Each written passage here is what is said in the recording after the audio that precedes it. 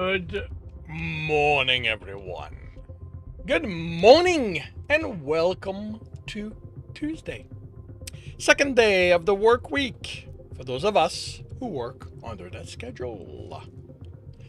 I hope you've had a good start to the week. I hope you are energized for the rest of it. As usual, little for me to say about my week. Yesterday went well. This morning I started doing the layout for the ebook I'll be publishing in March. The base of it went better than I thought. No surprise change of formatting within the book. I'm It's the first time compiling an ebook with Scrivener did not throw me weird stuff. I think I now understand why, but that was still interesting.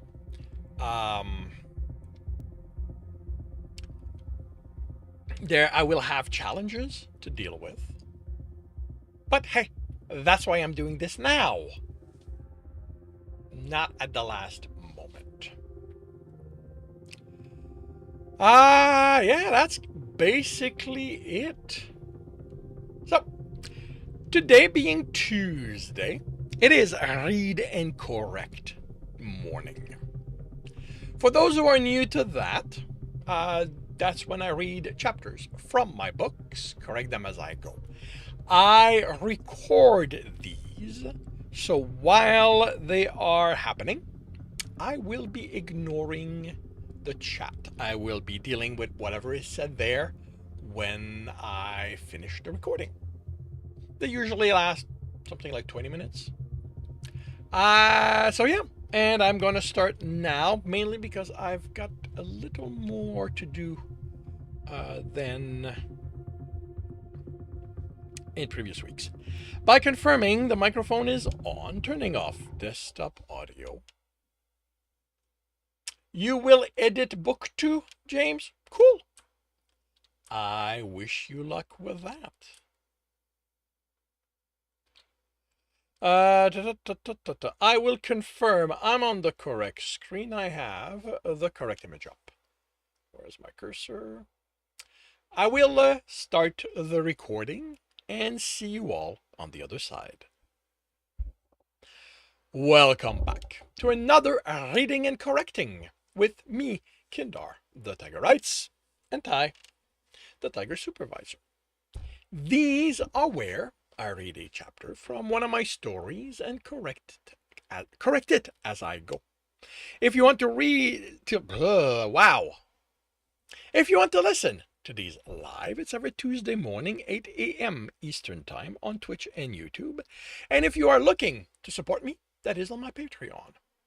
Today, we are doing chapter 57 of The Technician's Fight. Ship at null momentum, the pilot said. Right on the spot, Captain. Scan, Gragron. You know what? I do not need to go said. Gragron searched the screen. Gragron searched the screen. There were no certainty that what he was looking for was ahead of them, but it gave him something to do. Working, Alpha. There's a belt between the 5th and 6th planet that's generating static. The filters are adjusting. Comms? Nothing is being broadcasted, Alpha. The female and then why here? And why indicate this was worse than he expected? How would it be worse? The fact they were within the Calcarian territory was problematic enough. If Earthers were involved, they had no business within their territory. What do we have on this system? Arcanoran 382, comms reply. Uninhabited. Surveys marked it as unsuitable for an incarceration facility. A mining permit was issued to the Kuram Dromor Karf company, but it elapsed 83 years ago. Any indication why it wasn't renewed? No, Alpha. The KDK mining. Yeah, you know what? There's not going to be the. KDK Mining, the investigation beta said from his console, went under 89 years ago. The permit was issued for a duration of a century, so they weren't around to renew it. We're looking through what's floating around them, and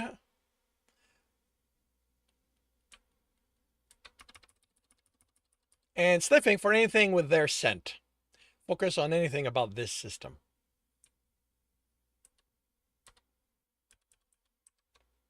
Focus on anything about this system. Alpha, Scan said, I have a large concentration of non-natural alloy, third planet from the star. KDK built a mining station around the third body of AO382. They had a contract to supply deuterium to a handful of companies back on Kelser. No indication why the contracts were terminated. Time might have buried that scent, still sniffing. I'm reading power. At this distance, scans are inconclusive as to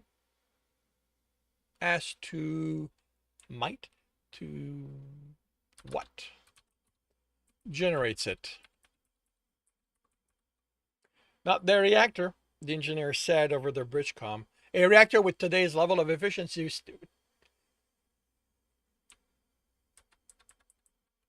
will run for 8 years on a full antimatter charge. Without maintenance, the expected lifespan of a reactor is 50 years. Either they didn't vacate it or someone moved in and installed a new reactor. Life sign? Not at this distance, Alpha. Am I taking us closer, Captain? Not yet. Why here? Why these coordinates? Helenos of Tal, Rorthamal Travail Cell Samain, was crafty. Not some small Halan hoping for favors by throwing meat for a hunter to smell. He had picked them for a reason. What were they? Scan, broaden the search. What is around that energy? Did KDK have ties with other companies who would take over their failed enterprise quietly? Nothing's coming up yet, Alpha. Alpha just picked up something. Com said, not sure what it is. Play it to the bridge. It's not a communication, Alpha. It's the sound played, a translation of a signal so they could hear it. Comms, send me that profile, is Special Ops Beta said from her station. The sound came again. Grant figured the impression of distance was meant to represent it wasn't directed at the Bane. This was part of the expanding wave. This was part of an expanding wave nearly all energy suffered from. Oh, Sinlia sleeping with someone here. The beta mumbled. That's an echo of a placement beacon. The margin for it to reach us and not bounce a response back to the beacon is really narrow.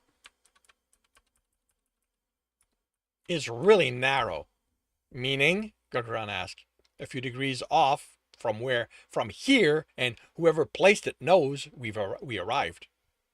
How would that work?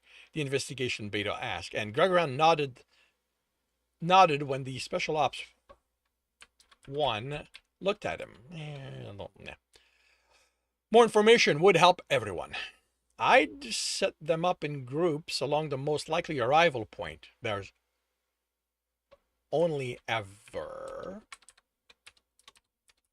a handful of those based on the current travel lanes. This far from them, we might be down to this area being the only one. They send out a high power but quick to diffuse pulse. It's going to bounce back to the origin point, and the beacon will have a map of what bounces should look like. When it doesn't match, an alarm sounds. How did the sensors not register it? Gagarin asked. It's not looking for it. It's a comm signal. It would register as a burst of static to the computers and be dismissed. Gagarin looked at the hunter at comm. Han procedure, she said. The computer is set to flag anything to be evaluated. All right, I'll be right back.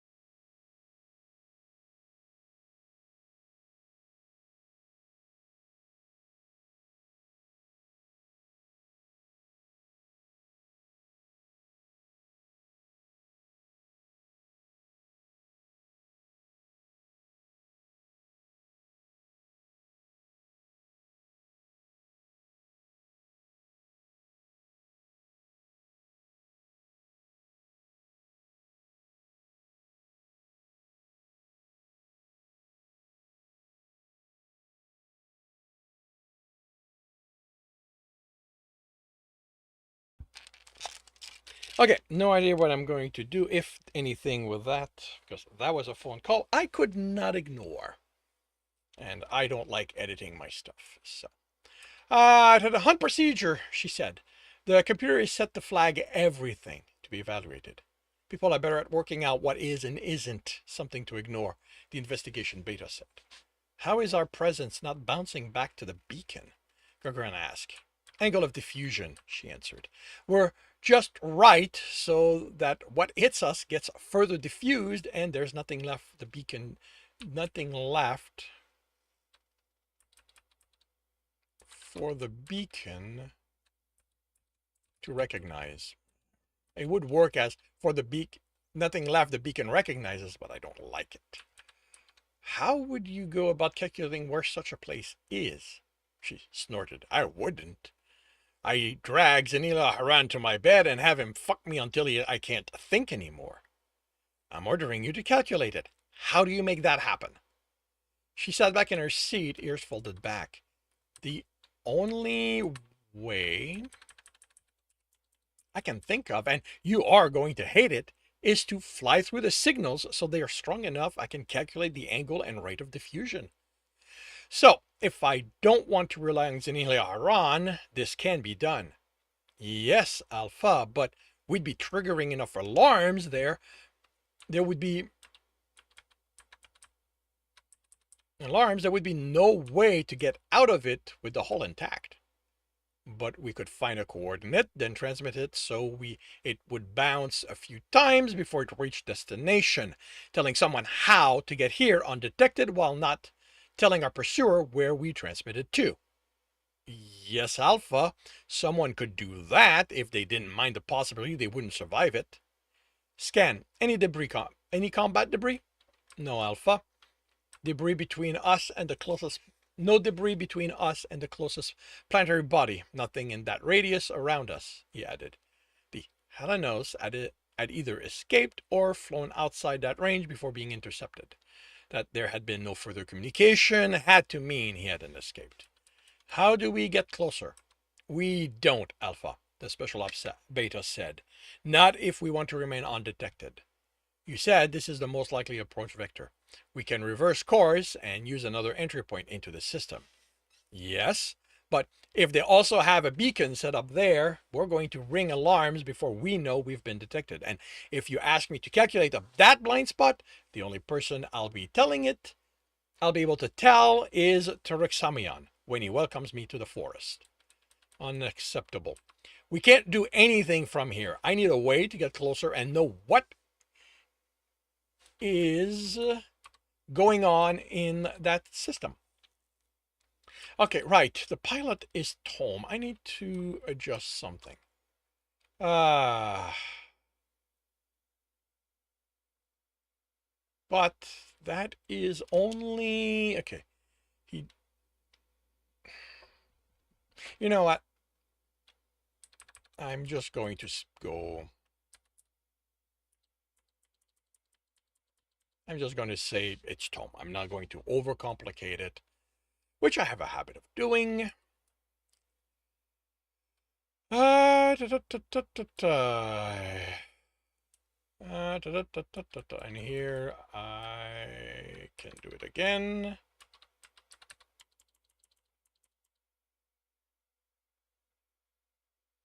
To the captain, Tom said I might have an idea. He nodded to his friend, who turned to face the beta. If I understand the situation, the problem is that something the size of the Bane has no way to angle itself in the pulse, so it cuts it instead of bouncing it back, right? She shook her head. It's more about the size, the surface area. If we get small enough, we'd fall under the detection threshold, and Tom smiled. How small are we talking about? She looked at Gregoran. We only have 4 shuttles, Alpha. That isn't enough to mount an assault from here. But it's enough to do reconnaissance. With a good enough pilot, she admitted. If we can do reconnaissance, his investigation beta said, can't we use that to find the beacon and disable it? Not without letting whoever put it there know, Scan said. Sorry, Alpha. Continue. Any detection system will have protocols in place for when part of it goes silent. Can't we trick it into not going silent while not revealing us? Probably, the special ops beta said, thinking, but the how is impossible to work out until the hunter sees it. And since the odds are high, this is an Earther operation, there's no telling what the tech will look like or what kind of safety will be around it, because I wouldn't leave something like that unprotected. Yes, but enough, Gurgran said. Beta, Destiny Cal, get your pack together along with one specialized in reconnaissance pilot. I need you to give me the name of the best pilot after you. So, Cap! Tom's ears folded back in embarrassment at the lapse as Gurgran tilted one. Apologies, Captain. He understood why it had happened, but they would still need to talk they will still but they would still need to talk about it afterward. As I was saying, I need the name of the second best pilot so you can pilot Beta this Cinecal shuttle and while they pilot Beta Batrix. Get with Zorfiel's pack and work out how to compromise that beacon. Yes, Alpha. The image shifted. The planet had a lot of blues and whites, indication of water and ice, along with the desolated brown. Gregorian wondered. Among the desolated browns, Gregorian wondered if the planet had been a livable ecosystem at some point in the past. As far as he knew, every planet on which the gods had placed water also had life, even if Kelser was the only one on which Thruxamion had put his children. Shouldn't that mean this one did too? Also did?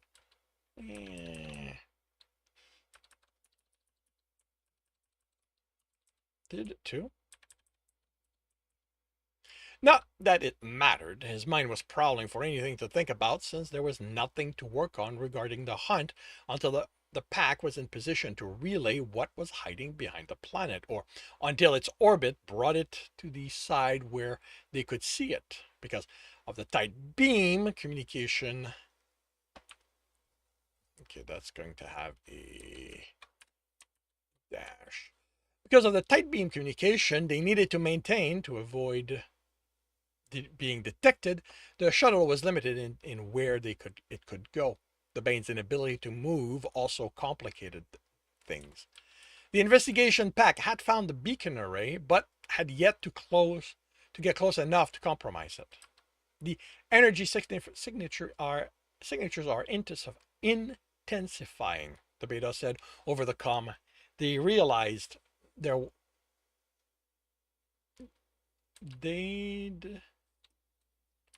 they'd realize there were multiple signatures halfway to where they were, the proximity compensating for the weaker scanners compared to the Bane. What it meant wouldn't be revealed until they saw the mining station, which would be soon, based on the readings. The station was in stationary orbit, and the planet had a 37-hour cycle. It had been on the opposite side, approaching their sunrise during the shuttle flight, and now. I see something, the pilot said. The image zoomed and sorry, and metal became visible over the horizon with lights. That looks small. Why soon became apparent. It wasn't a station, but a ship. Another one and another became visible with a larger structure moving past the horizon. Alpha, Combs said, here tilted quizzically. The system identified that ship as the Horush. It's a Ryosef Sif ship owned by a... You know what?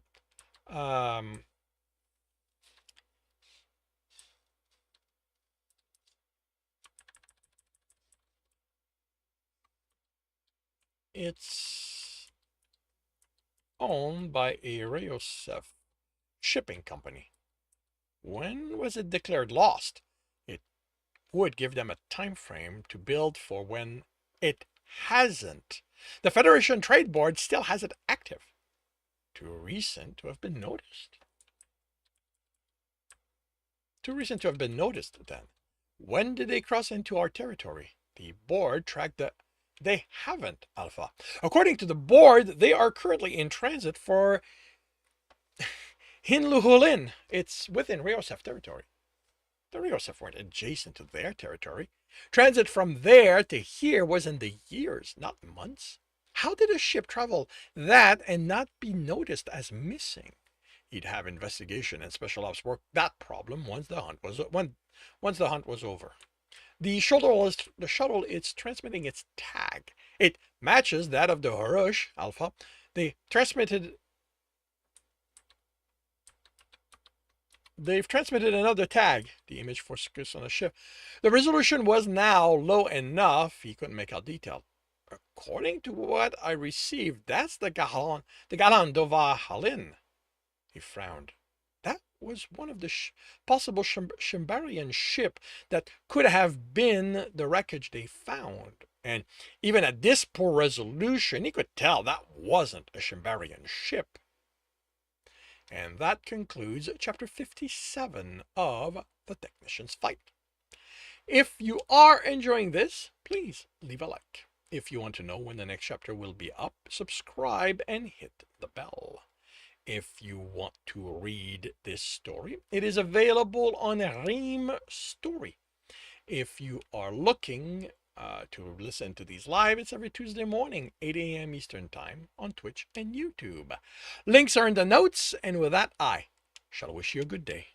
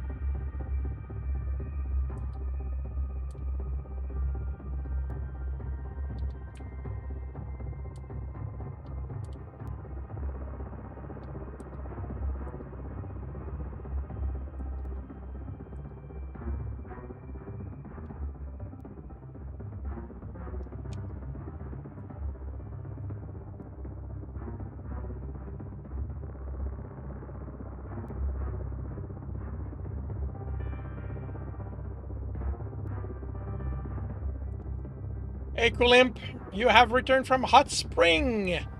Cool. I hope the weather is not too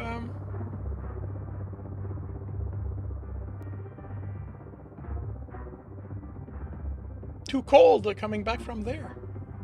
All right, so that's done.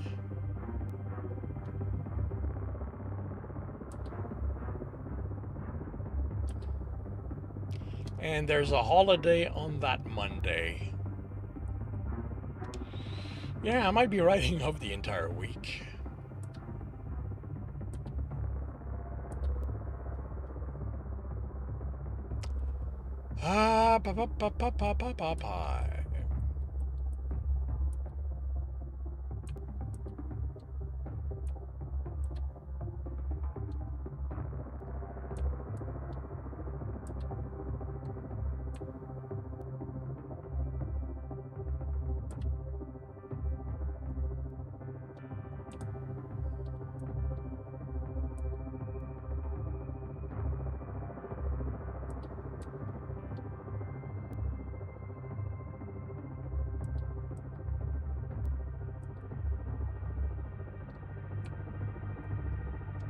Wait. What do you mean?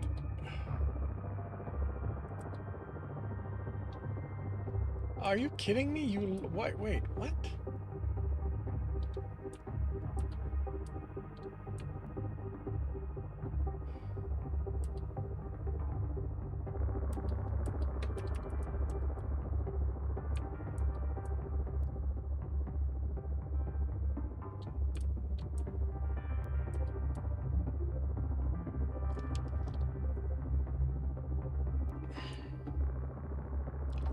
That's annoying. They lost.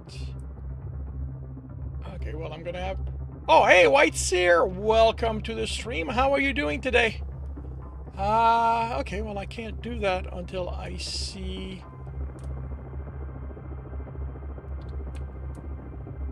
Sklo again. Well, actually, do I have to? Sorry, I am trying to resolve something.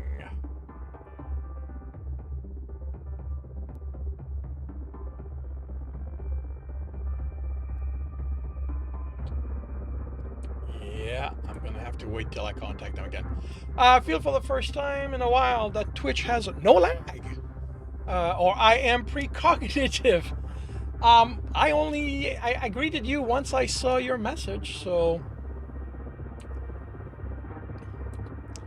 Alright, so that is done. I need to deal with this. That means this needs to go there.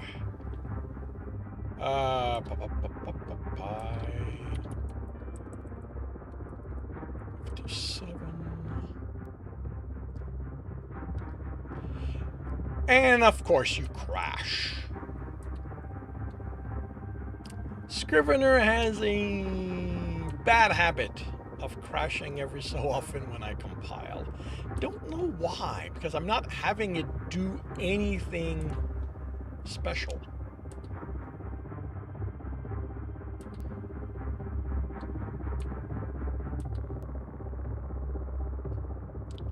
You have just started your writing journey. Oh, how cool that is. You are in for a great time. Scrivener is not fancy. It just has a lot of options. I barely use any of them. I use it primarily for the word processor because I like how it's configured. And I make use of the compiling function because it's practical. Beyond that, I like the binder, but... Oh. Hey, Colo, welcome to the stream.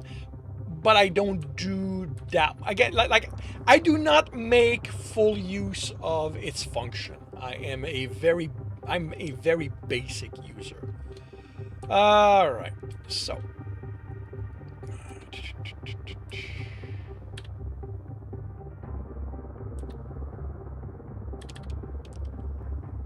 Alrighty, you are going to be that.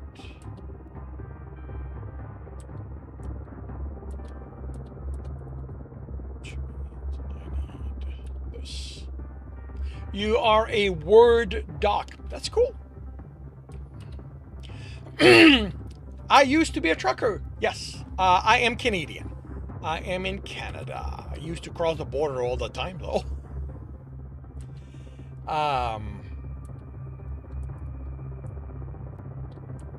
Okay, this...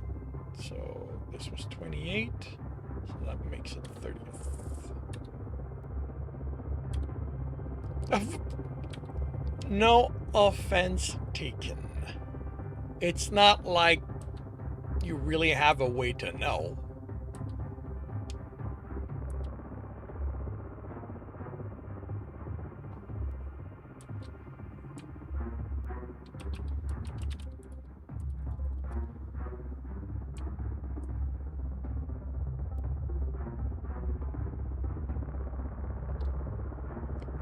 Big roads over that side of the pond. Yes. Big roads badly maintained.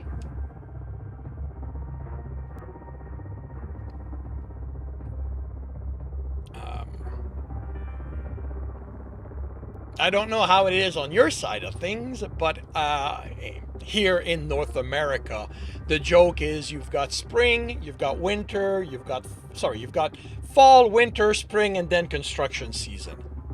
And at this point, construction season stretches over all the seasons. Small roads, badly maintained, well, that's not fun.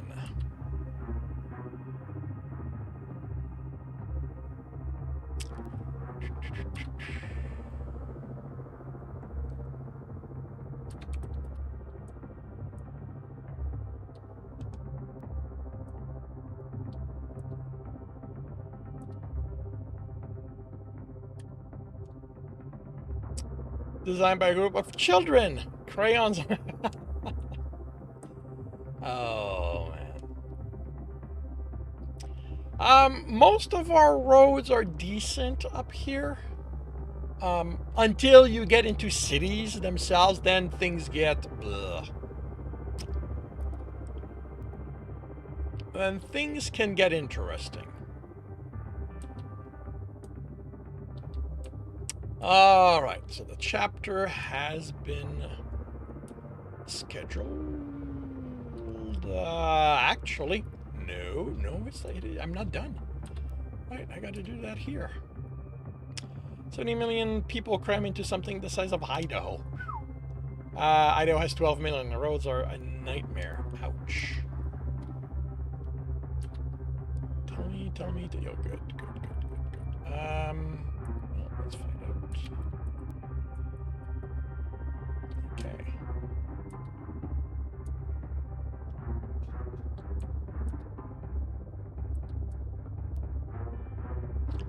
All right, now that's been properly scheduled. Lapin, minus 9 words. The Artistocracy Chronicles. That's a new title. Yeah, because there was the anecdotes of the artistocracy. Is that a new... Oh, you said it's book 2. Right. So, okay. Alrighty. Congratulations, James. Sorry. All right. So I am going to start the next the next chapter. For those who are new, I'm recording this, so while it's happening, I will be ignoring the chat. Anything said during the time will be addressed once I get back. So I will start this by confirming the microphone is on, turning off desktop audio. I will confirm I am on the correct screen. I have the correct image up. I am starting the recording, and I will see you all on the other side. Welcome back to another Reading and Correcting with me, Kindar, the Tiger Writes, and Ty, the Tiger Supervisor. These are where I read a chapter from one of my stories and correct it as I go. If you want to listen to these live, it's every Tuesday morning, 8 a.m. Eastern Time on Twitch and YouTube. And if you are looking to support me, that is on my Patreon. Today, we are doing chapter 58 of The Technician's Fight. Jeremy focused on the parts of his rifle laid out before him to keep himself from... There's going to be a comma before him. There's going to be a comma here. To keep himself from in the now.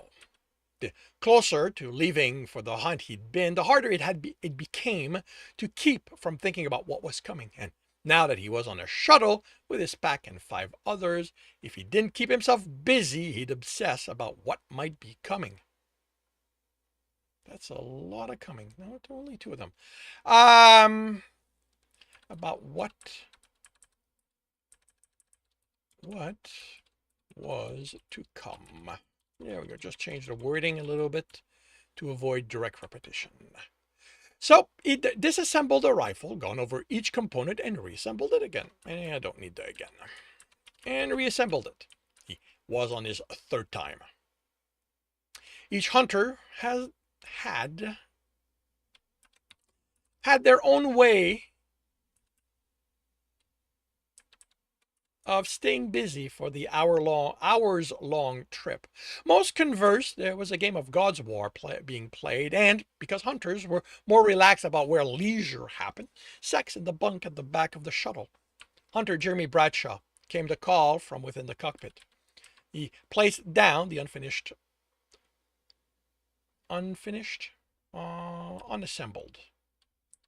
I've established that he's taking it apart, reassembling it, so that's probably enough. The unfinished rifle then entered, immediately taken aback by the distant sight. The station was massive. It's scaled, in part implied by how small the ships around it were.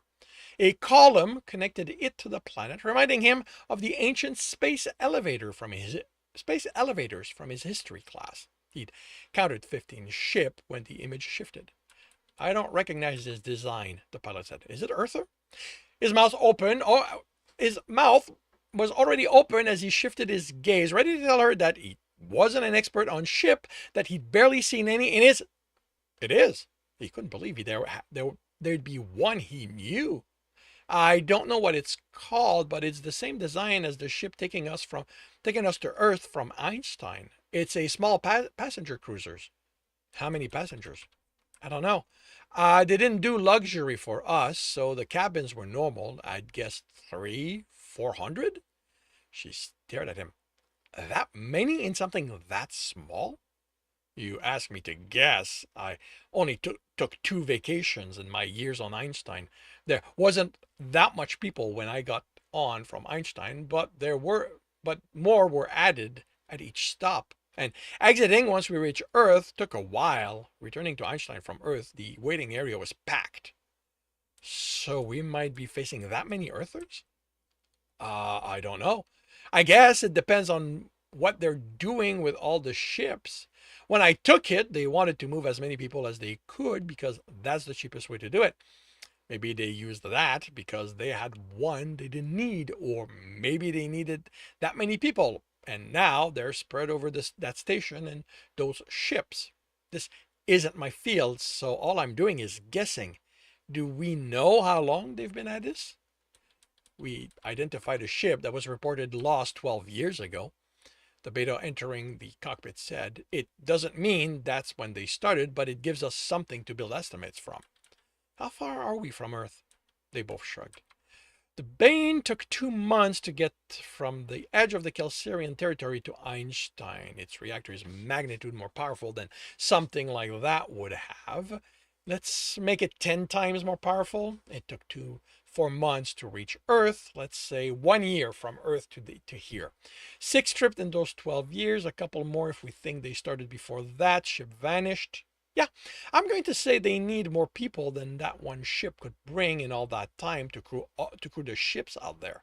Not to mention the station. Graal said that the Bane needs a minimum of 200 to keep it running. I can't even imagine what a station like this needs to be operational. So your assessment is that we won't encounter that many soldiers on board that ship? The beta asked. Jeremy glared at him. Did you miss the part where I said this isn't my field? All I'm doing is guessing at numbers. For all I know, there are 3 dozen ships like this out there, and they filled every ship to bursting. How close do you need to get a scan that will give us a sense? The beta asked the pilot. I need to be under 1,000 kilometers. Will they notice us? No real way to know. I have no indication they're doing active scans, so we should be fine drifting in as we are. A visual... you know what? I'm going to just go... This is a pilot. He's not talking to the reader. Visual should lose us against the blackness until we're well under 100 kilometers, but they turn the active scanner on once and they'll know we are there. They'll know we're here. We are here. They'll know we're here. Too much metal and polymer to think it's anything but a shuttle. Then we'll know what we are facing well ahead of when they'll know we're here, and they'll be within jam range. So long as they don't run, the pilot said. This isn't a striker. We'll be fine, the beta said. We are doing the gods' work. Jimmy returned to his seat, and after breathing the nervous tension he hadn't realized had accumulated, he returned to assembling his rifle. This would be the last time. He couldn't risk being in the middle of that when the order to form up came. The betas separated and faced them. We are about to board the enemy. The goal is taking control of the ship. Scans indicate a crew of 63, with which the pilot believes falls under what a ship like this needs at a minimum. Still, expect everyone you encounter to be trained. These are not Earther pirates. This operation is military, and Earthers crew every position with military personnel, not only operational relevant ones. Third step forward. My pack is designated to take control of engineering. Our priority is to ensure they can't use the reactor to explode. They can't cause the reactor to explode. Then, limiting where the power is distributed to assist our hunt. He joined this pack, and another beta stepped forward. My pack is designated to neutralize anyone in the living quarters. The goal is to take prisoners, but their death comes before ours. She stepped back. She stepped to her pack, and another beta stepped forward, explaining what target theirs and what the goal was. Hunter, the beta addressed him. What can we expect of their engineering? Cramped. That earned him snorts from his pack. They'd been on the Earth station. Cramped defined everything Earthers did. Methodical. Everything will be clearly laid out for someone familiar with an engineering room. Every control properly marked in clear English. Your reliance on symbols to identify what took a while to get used to. Keep to the scent, Hunter. Beyond that, stations will handle multiple sections. Unlike how you do it, Earthers keep everything to as few stations as possible there. Power management will manage it for the entire ship, not just one section. Same with life support. Life support is in engineering? Thur asked. Everything is in engineering, he replied with a chuckle. We like to joke back in school that the engineers were who actually ran the ship, not the bridge crew. And if it comes down to it, you get me in there, and I can give us control of the entire ship, including the bridge. Not that I'll know what to do with that. That won't be for you to deal with, the beta who'd joined him in the cockpit said. But how serious are you about engineering being able to run the ship? Completely. Everything goes through engineering. It's just about isolating the bridge on each of the relevant station, and whoever is there will be able to get it to do whatever the bridge station does. Beta Tariq Salminial, add that to your priorities. If the Earthers lock the bridge out, it might be faster to take control this way. Beta Suraj Torwalek Seval will coordinate with you regarding how taking control of the bridge goes. Understood. Pilot, working on it. They realize we're here, so they're getting ready to run. They won't make it before we're locked on them. But it's going to be rough, so everybody in their harness. They sat and locked themselves in. Not even a minute later, the shuttle jerked hard enough, it overcame the dampeners. And I'm locked. Establishing seal around the hatch. Seal confirmed. It's all yours. Beta went to it and entered commands. The light turned blue. Pilot, she asked, confirming the hull is disconnected and reading oxy seeping through the gaps. Nothing toxic, registering. How long until they reach another ship? The Beta asked. Without knowing how fast they can go, I can't know, but we're talking hours, not days. Can you send them off course? Another asked. This isn't a tug, the pilot snapped. I ferry hunters, not ship. How about you get the kind of ship you want from the start instead of demanding I do things it's not designed for? He stepped out of the cockpit. Get the fuck off my ship and don't return until the hunt's fucking done. She pointed to the now open hatch, and the first pack exited. Then there was a fight. Then clear. 3 Earthers down and restrained. Came over his earpiece. The next pack exited, and then Jeremy. Then Jeremy's. That's possessive. Beta, he said. That's a crew interface. I should be able to call up a map. They will be at all the important intersections. Go, Turk instructed while he relayed the information. Jeremy quickly navigated through the menus, the habit he'd had to pick up when he'd arrived on Einstein, returning easily. In his first months there, the station had felt so much bigger than it actually was, and getting lost was a daily occurrence. It came up and he reflexively brought his tablet to it, but the information didn't transfer. Earther and Calcarian tech weren't designed to interface like that. He made quick notes. Got it. Take the lead, Hunter. Armed and active. He brought up his rifle and advanced at a deliberate pace. Hurry led to inattention, which led to a Hunter dying. Was he actually making those saying up as he went now? A turn, a shot, and the surprised Earther fell. Yamilk stayed low as he walked by Jeremy, gun in hand, to reach the Earther. The Earther snapped her gun at him, but his pack brother fired first. He checked her. Neutralized. He stayed where he was until they caught up. Then,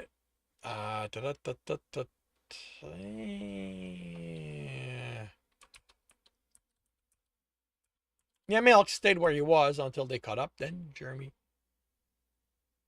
Wait, what?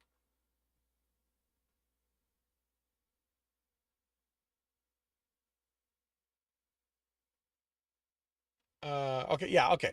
They're catching up to Yamilk, and then Jeremy keeps going. So,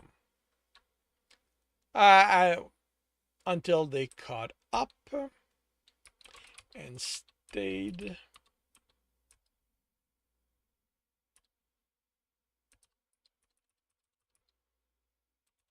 Stayed while Jeremy continued.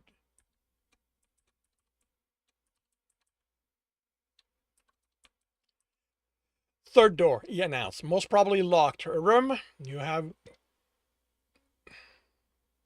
Okay, I need to change something. Third door, he announced. Most probably... What? Most probably locked. So that ends, because it's not his job to send other people.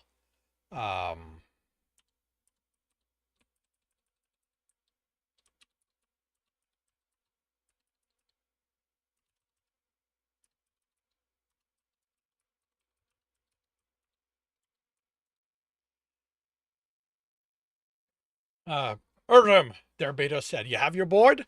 Ready. Then he was next to Jeremy. They reached the door without an ambush. Minimum crew meant not many of them available for patrols. He continued to the next intersection and confirmed it was... Okay, wait.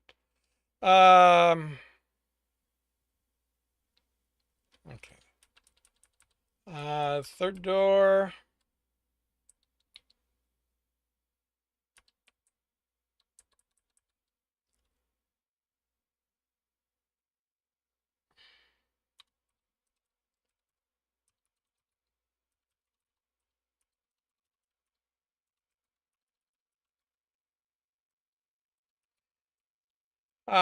Beyond the intersection, third door, he announced. Okay. They reached the door without an ambush. Jeremy... Minimum crew meant not many of them available for patrols.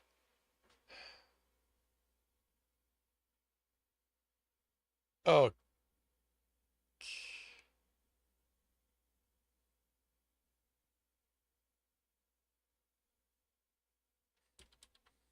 All right.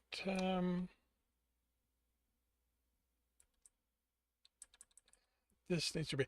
I do that every so often.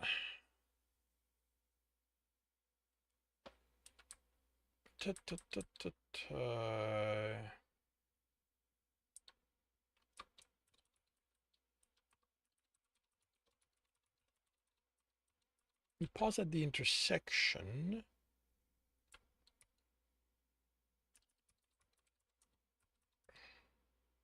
To confirm it's clear.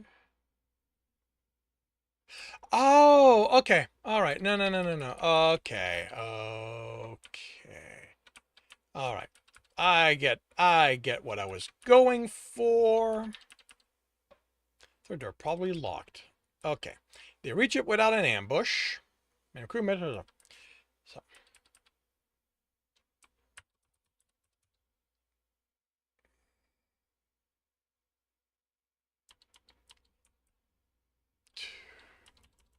To the intersection past it.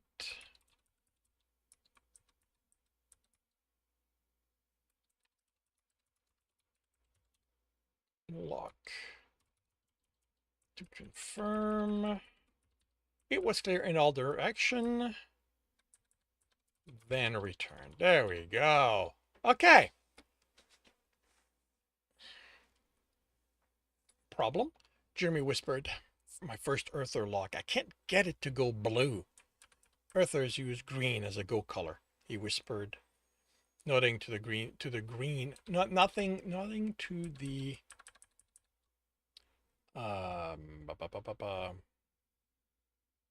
what would that be called? The light telling us if the lock is on or off. Yeah, to the lock.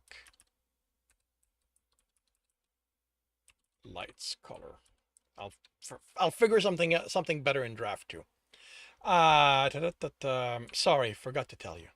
It's been green since before you returned. They know we're here. Beta, Jeremy said, I'd like to be the only one firing in. There are things that we can't afford to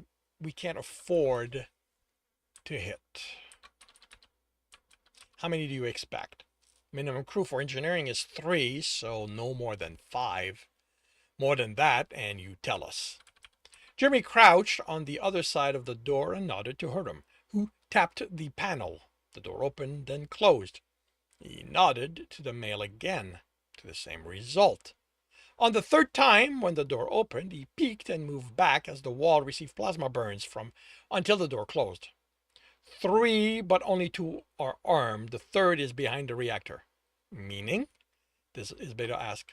Most likely reason is that he's setting it up to overload. He smiled. But fixing that won't be difficult. I recognize the design. Keep the door open this time. He nodded.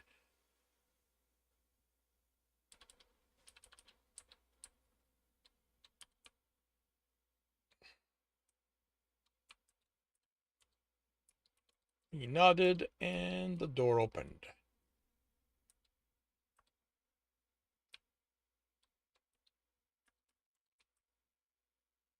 He nodded and the door opened.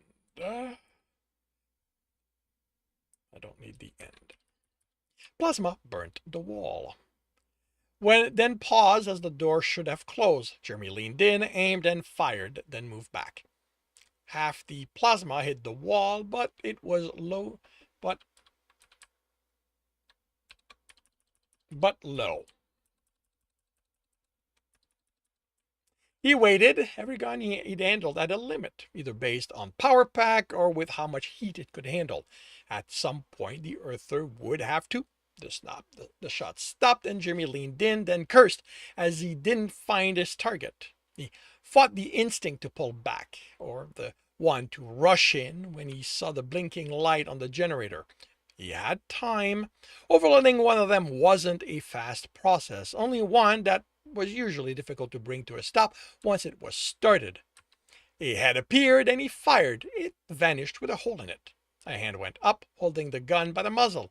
Stand, Jeremy ordered in English. The woman stood, hands up. You're too late. We're all going to die.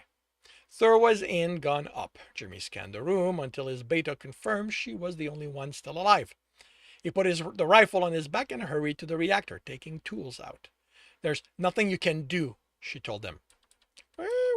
Where was the reactor upgraded? He asked. I know the JBK-1 wasn't in operation when this ship was built.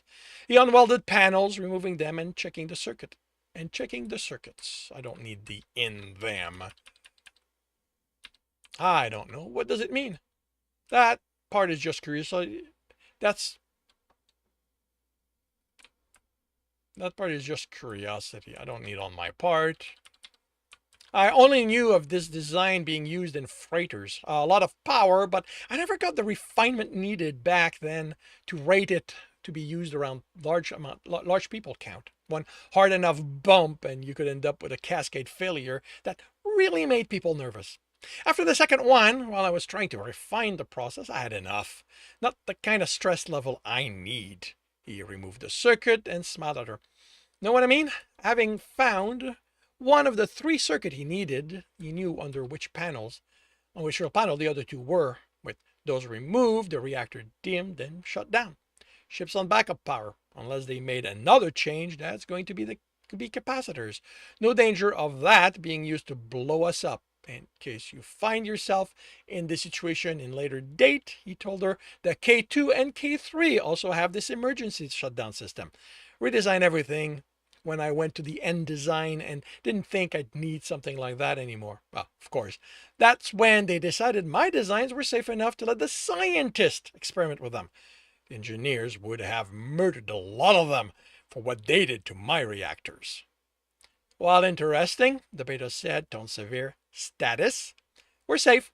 I'll undo the command she put in and put these back in, and we'll have control of the reactor. I'll show you which of the board controls what, and we can set about taking over. And that concludes chapter 58 of The Technician's Fight. If you are enjoying this, please leave a like. If you want to know when the next chapter will be up, subscribe and hit the bell. If you want to listen to these live, it's every Tuesday morning, 8 a.m. Eastern Time on Twitch and YouTube. Links are in the notes, and with that, I shall wish you a good day. Hey, Angel, welcome to the stream. And draft 2 of the writing always improve. Draft 3 becomes better. I only allow myself 2 drafts. So draft 2 has to be the one where things fall enough in place. I'm experienced enough at this point that I don't feel that I need a 3rd draft. After my 2nd draft, when I have the money, it goes to the editor. And that, I feel, resolves everything.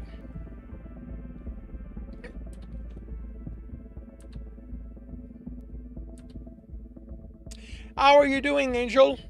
What are you up to today?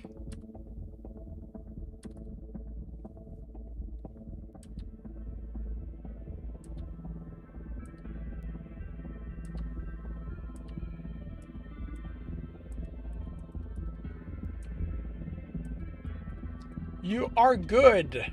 Very cool.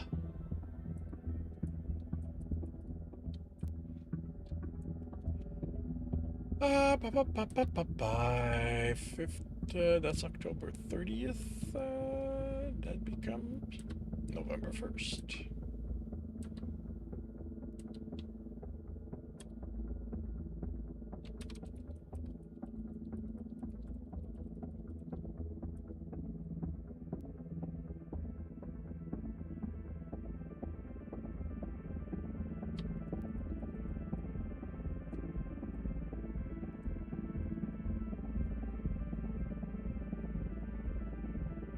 It's holiday time. 3 days. Started yesterday. Very cool.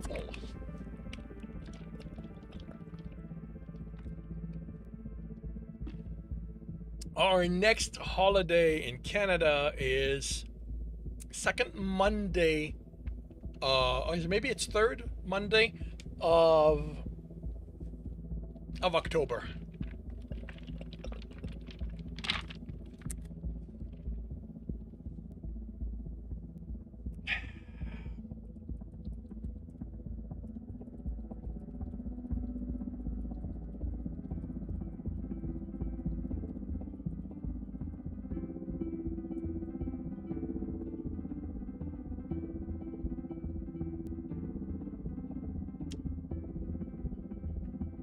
Jewish New Year. I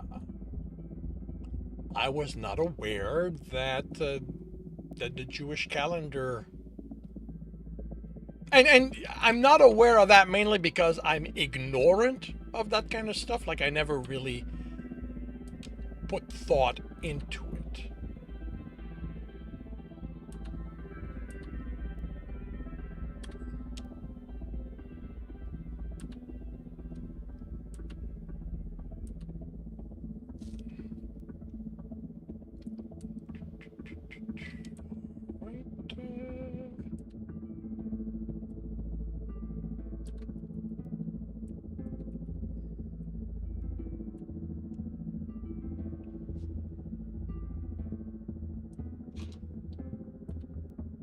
I am so glad my Charybdis is fully fixed and fully configured.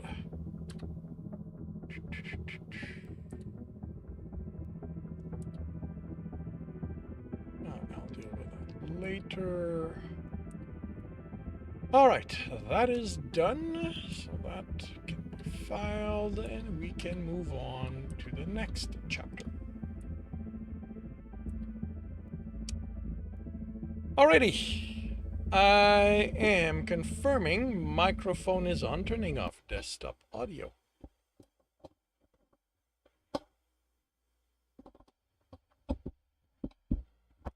I am confirming I'm on the correct screen. I have the correct image up. You'll be lurking. Alrighty, enjoy your lurk. I am starting the recording, and I'll see you all on the other side. Welcome back to another Reading and Correcting with me, Kindar, the Tiger Writes, and Ty, the Tiger Supervisor.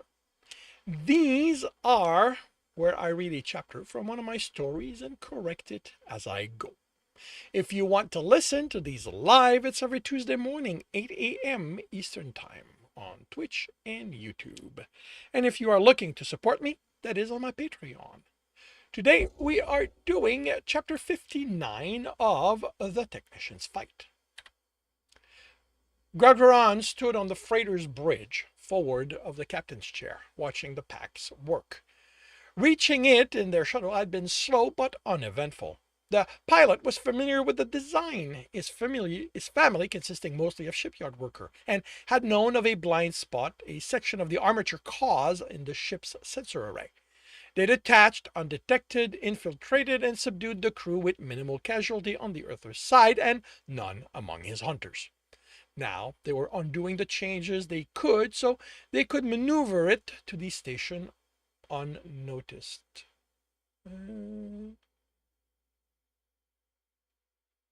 Feels like I've had this word again before.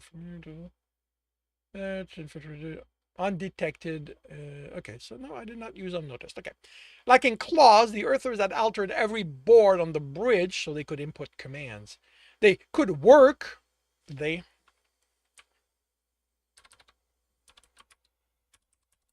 His hunters could work on Earther keyboard, and every hunter was familiar with the language, but reconnecting the key wells in Calcarians would ensure instinctive knowledge of the language. They were focusing on the pilot's station, since he wouldn't have time to think about how to enter the commands if he needed to get them out of trouble.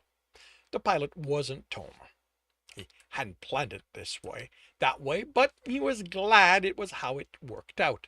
This would be much more dangerous for everyone involved than the scouting hunt his friend had piloted. Tom had argued that he was fine to pilot another hunt since the previous one had been uneventful, but the procedures were clear. Pilots who went on hunts had to live for a full day before they were allowed to pilot another hunt, and this couldn't be delayed until his friend was rested. There had been curses about Gargaran being a terrible friend, of putting strangers over someone he should love. There had been no time for him to be gentle with his friend. He had a hunt to organize and be he had a hunt to organize and be ready for. Hopefully Tom would calm down and they could discuss this once the hunt was over. The pilot station is converted, the hunter with the tool said as she exited from under the controls. Everything is as it should be, but with everything the Earthers change, I'd ask the god to meddle in our favor. The beta at scans snorted. I'll have words with them if they meddle in the favor of the Earthers. Let the Earther gods do that. Pilot, Gergran instructed as the male sat in the station. How quickly can you get us to the station? He entered commands, read, entered others, tapped something. Engineering, are you people awake down there? I have your alpha asking questions I can't answer until I get something from you. Working on it, was the reply. We're only technicians outside of the hunt. Well, we've all read up on reactors, but you tried to convince the engineer we should get hands-on training on his reactor. I'm going to italize that because that's how it would be said. Beta, Gergran said, explain. Sorry, Alpha, she said. My pack's new. We didn't have time to set them up with the backup yet. The one good thing is they didn't change a reactor. It's a Kelsarian design. He needed to change the composition of the packs to account for this. Even if it was the first time every pack with engineering training had been called to a hunt at the same time, he'd get arguments, but every new engineering pack needed to have someone fully trained on them. Understood. Please hurry. The gods can't give us more time than what we have. I'll see to it this doesn't happen again. Comms had been converted to key wells when engineering informed them they had control. The pilot read his station. Ships come and go without indication of communication, he said, tapping. No one is hurrying. 2 hours, Captain, but I can't account for the gods meddling. We have a full Earther speech module installed, the hunters at the board said. We fed it the data we pulled from the freighter's memory, and everything you say will come across as if the Earther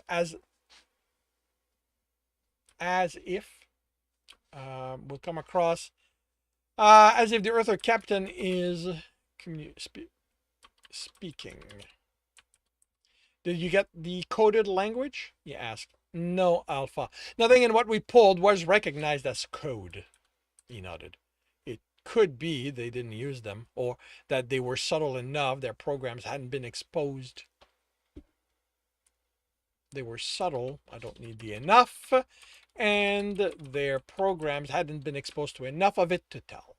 Engineering. Can you manufacture a fault that justifies docking for repairs? Remembering the last time he'd asked something like that, he asked the gods not to meddle this time. The reply, when the beta offered it, came with hesitation. How much of the ship can be sacrificed, Alpha? As little as possible, but any section without life signs can be used. He had 2 packs guarding the prisoners in one of the living section, and the one in engineering, and the 2 with him, with no plans to move between them until they were docked. When do you need it? Now would be nice. 20 minutes, Alpha, and you'll have a fault. As with every hunt, every minute he needed to wait felt like too many. But he couldn't hurry things unless what he planned on hurrying was their arrival to the forest. 18 minutes elapsed before the lights on the bridge flickered. You have a life support breach on deck 8, engineer announced. We can spread it to deck 9 and 7 on command. Is the loss of power to propulsion part of that? The pilot asked. No, we didn't touch propulsion, the beta replied, worried. Someone give me an update? The connection ended. How much have you lost? He asked. 23%. How significant is that? A freighter is already not designed for speed, so I'd avoid challenging anyone to a race. At least, this supported his need for the repair. Proceed to the station. Any indication of how others are progressing? Scan still hasn't been converted, Alpha. I'm trying to get it to tell me what's happening, but Earther's syntax on this thing doesn't seem to want to translate. Working on that, Alpha. A few minutes and at most, and we'll have the key well working. Can I get visual? That I can do, Alpha. The beta, the black was replaced with the darkness of space, with points that were stars and others that were ships. 38 ships, only 4 of which were Earther design. 34 ships stolen from their people. Only the gods and the Earthers knew what had been done with their crew. One of which was the Halanosa ship. If Zen's uncle was dead, there would be consequences. The Halans held grudges, but that was something to deal with after the hunt. Right now, he needed to bring this operation to an end. He snorted. Okay, to an end. Okay. I keep losing track of what the hunt is about. So I'm probably going to have to go over the next Gargoyle chapter and fine-tune things. Because I keep getting sidetracked. And not in the what's happening in the story is sidetracking them. I'm losing track of what the hunt is about, and I keep sending them elsewhere. So I suspect chapter 61 will need some work.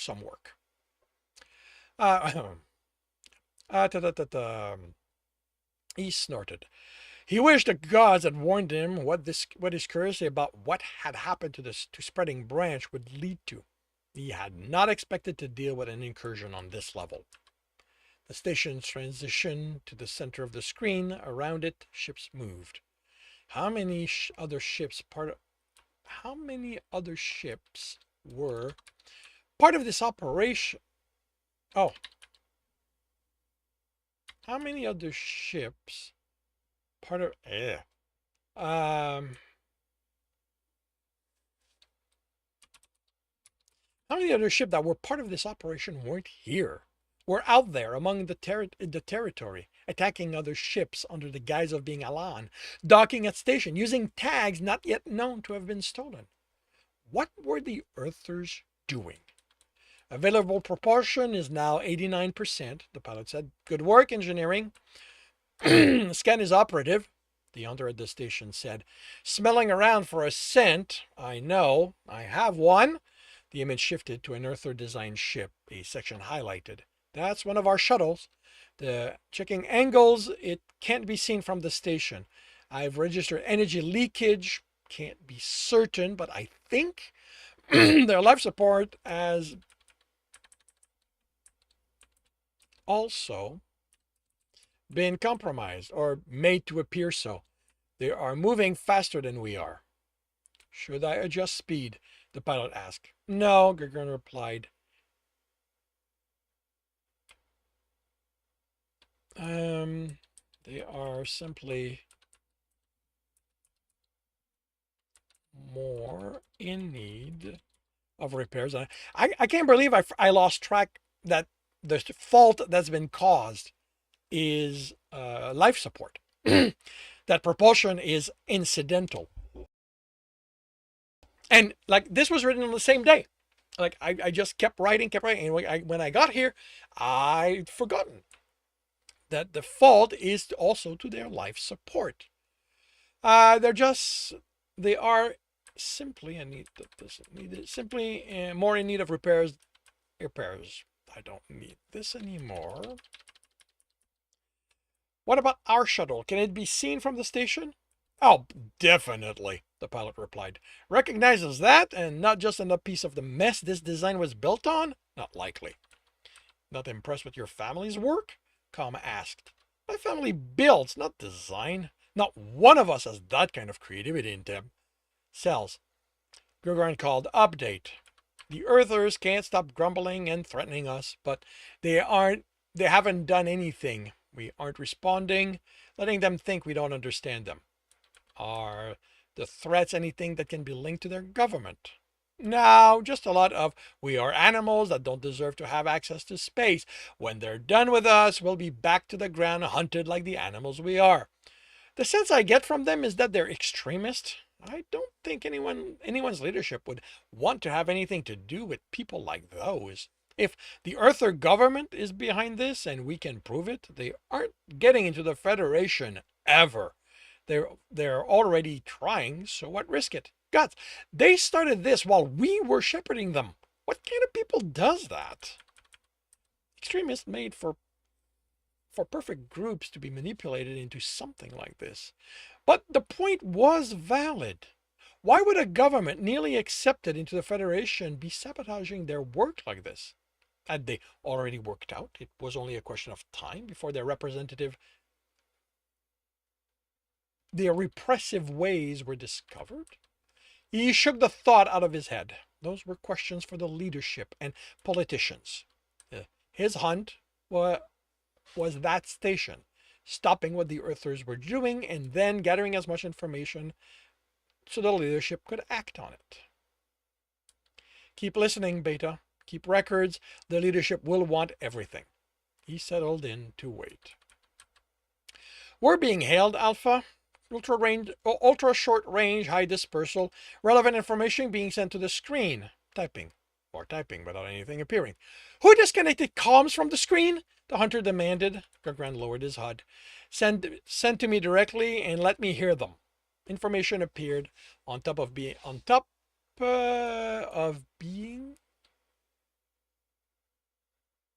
Oh, the top being the name of the earther in charge. See, this is what happens. I will add things or change word. Like I read this as on top for some reason. The top being the name of the earther in charge and how he would refer to himself. You can speak earther, Alpha. The module's been trained in both languages. This is Captain Alex Kurtbane, he said in Kelsarian, reading it as a descriptive instead of a name. I apologize for the delay. We're having issues. What kind and why can't you deal with them where you were positioned? He saw the name and looked at the comm hunter, who shrugged. Wasn't that person important enough to at least have a rank? Kurtbane, do you hear me? William, he said, telling himself it was the rank Earther used and almost believing it, tells me we're getting power fluctuation across multiple sections of the ship.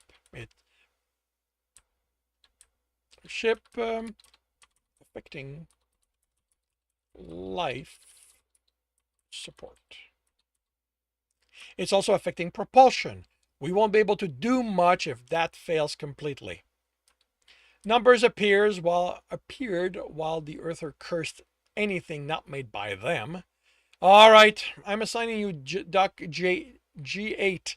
There'll be a repair team waiting for you to get this fucking thing back in space where we can use it. Connection terminated.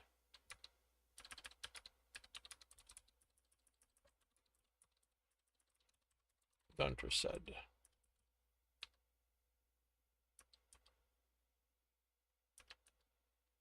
G8, he told the pilot. Anyone knows which one that is? He asked. Searching, comm said. Alpha, there are 4 other ships approaching the station. Scan said. I can't tell which one have our scent.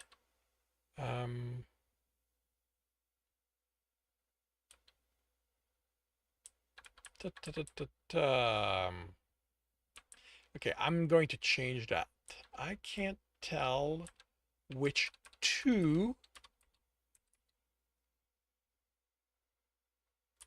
have our scent because they only have 4 shuttles. So there's only 4 ships assigned to that, and they've already found one. Of those 4, 2 will not be hunter ships. Will not have been taken over. They might have realized we're about to be boarded, Abeda said, and are bringing in reinforcement. 2 ships worth doesn't seem like much, the scan hunter said.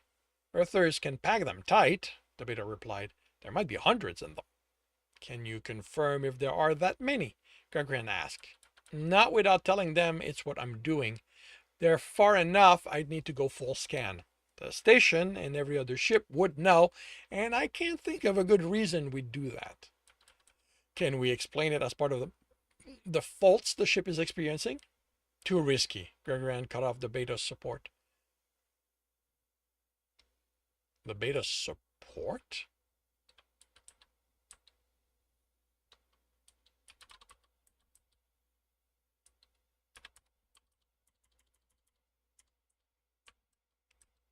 Gagran cut off the beta's response. If those are reinforcement, we will deal with them. We are hunters. They are earthers. A few hundred will not grant them victory. Gagran pressed against the corridor's wall and nodded to the beta on the other side. She rushed down the corridor to theirs connected to, activated the hatch release sequence, and ran back to be out of sight of her pack. Hello? An earther male called. I'm Eddie. Team lead for your repairs? They waited. Central, they don't have anyone at the hatch. What do you want me to do? Station ailing ship appeared on his HUD.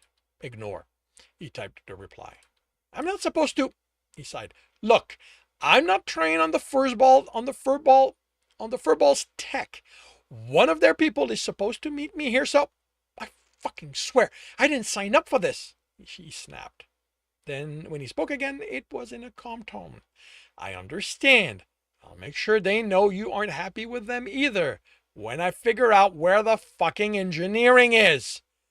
In the silence, the hum of a hover sled sounded. All right, people. We get to explore to explore the waste of space that is this ship. When I find that William, I'm strangling her for making me trek to this place. The voice came closer. When another Earther came into sight, he was on Gregoron's side. So he reached, grabbed him, and pulled him. Grabbed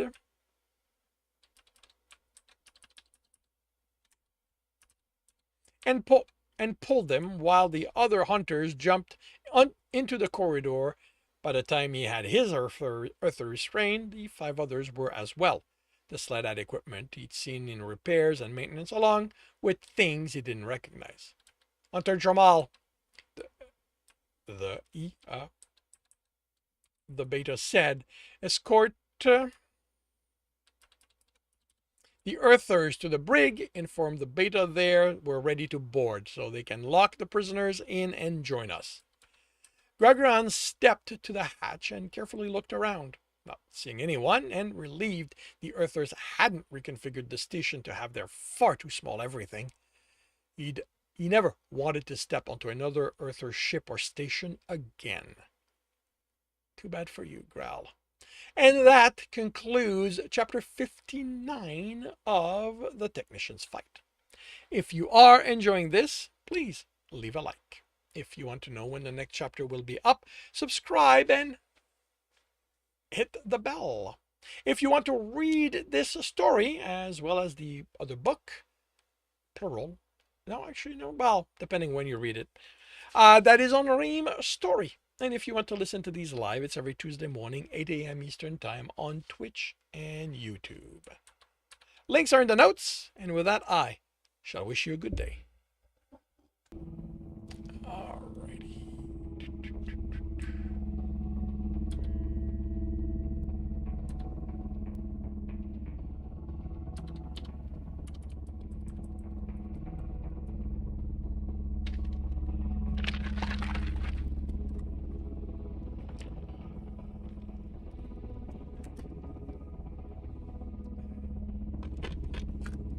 Alright, that is done.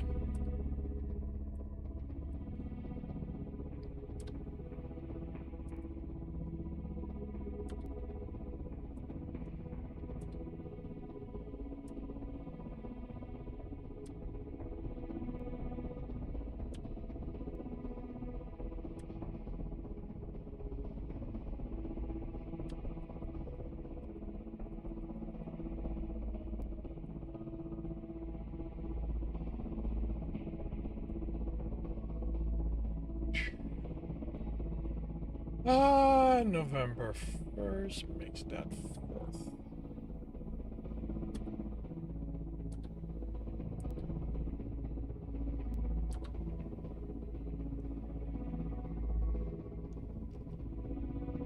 Oh, that's nice. Maybe you guys, 3 minutes is probably not enough time for a reminder.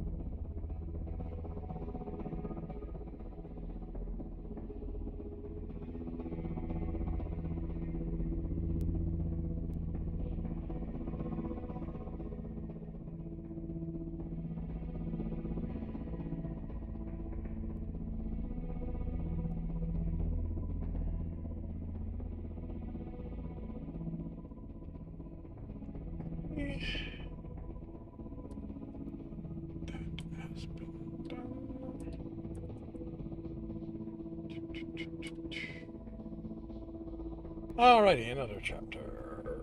Confirming the microphone is on. Turning off desktop audio. Confirming I'm on the correct screen. I have the correct image up. I am starting the recording and I'll see you all on the other side. Welcome back to another Reading and Correcting with me, Kindar, the Tiger Writes, and Ty, the Tiger Supervisor. These are where I read a chapter from one of my stories and correct it as I go. If you want to listen to these live, it's every Tuesday morning, 8 a.m. Eastern Time on Twitch and YouTube. And if you are looking to support me, that is on my Patreon. Today, we are doing chapter 60 of The Technician's Fight. Hey, Jeremy called to the Earther by the opening hatch. Glad you guys could make it. Could get here so quick. It was getting stuffy in here. You aren't Alice, the lead tech said. Jimmy looked down at himself in the Earther crew uniform. Good eyes.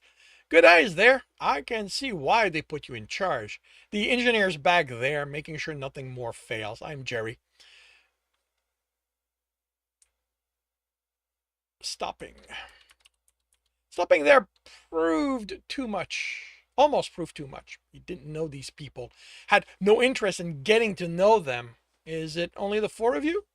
You think you deserve to have every tech fixing your ship and letting the others wait? He raised his hand placatingly. No, I'm just making sure we aren't waiting for any stragglers. Come on. I'll take you to her, and she can tell you how this box felt falling apart. None of them were armed, so that would simplify things. Nothing on the sled jumped out as being out of the ordinary, so probably nothing hiding there. They navigated the sled surprisingly well for being almost the width of the narrow corridor. Jeremy opened the door to engineering and stepped out of the way. Go right in. Two made it in. What the? I'll take that, Jeremy said, a hand over on the sled control bar. The other claws out on the woman's hand. She pulled away and into the hunter now behind her. A second hunter joined her, and they effectively blocked the corridor. Jeremy looked over the tools, plural, tools and components on the sled. Nothing dangerous here. He opened the door on the opposite wall and pulled the sled into the room, closing and locking it. The Earthers glared at him as they were escorted away. I'm going to change, he said, stepping into engineering and where his hunter armor was. Our part of the hunt, the Beta said, is to gain control of the station's engineering. They stood in the mostly empty storage room by the hatch. Beta Thoroxel Minial's pack is the critical one, as it is the one with the hunter trained in both R and Earther technology. Again, with the generalization. Once we have control of it, they will move on to repairs, to gain control of the station production capability, and then maintenance. We are not taking prisoners. If enemies can be restrained without delaying the hunt, do so. Otherwise, neutralize them. Jeremy caught his Beta's attention. You have something to add? Ask Hunter. How prone are the room locks to fault? On Einstein, it didn't take much for it to lock you in, and you weren't getting out unless you knew how to take one apart or until the maintenance crew got to it. The Betas looked over the assembled hunter, inviting an answer. Locks on the Bane have redundancies to prevent that from happening, a female said, but this station is over a century old. It's worth testing how easy it is to turn a room into a cell. Simplifies how to deal with the Earthers. The Betas exchanged looks. You two test 5 locks and decide if it's worth acting on that, the primary Beta said. We don't know what the Earther security is like, so we are going in spread formation. Each pack apart, but within sight of 2 other packs, if cover was available, moving from that to that while being covered. The docks are currently deserted, but that can change at any moment. Remain vigilant. Good hunting. Jimmy's pack was the second to exit, through scanning the docks before motioning them out. The previous pack used crates that looked to have been there for as long as the station had existed for cover, and his beta led them to more recent looking crates with marking in English emergency supplies.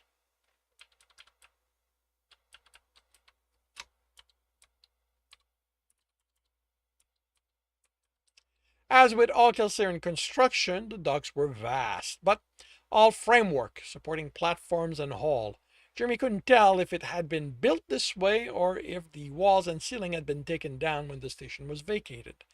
It gave it a sense of pure industry without care for aesthetics that didn't match his experience on the Bane.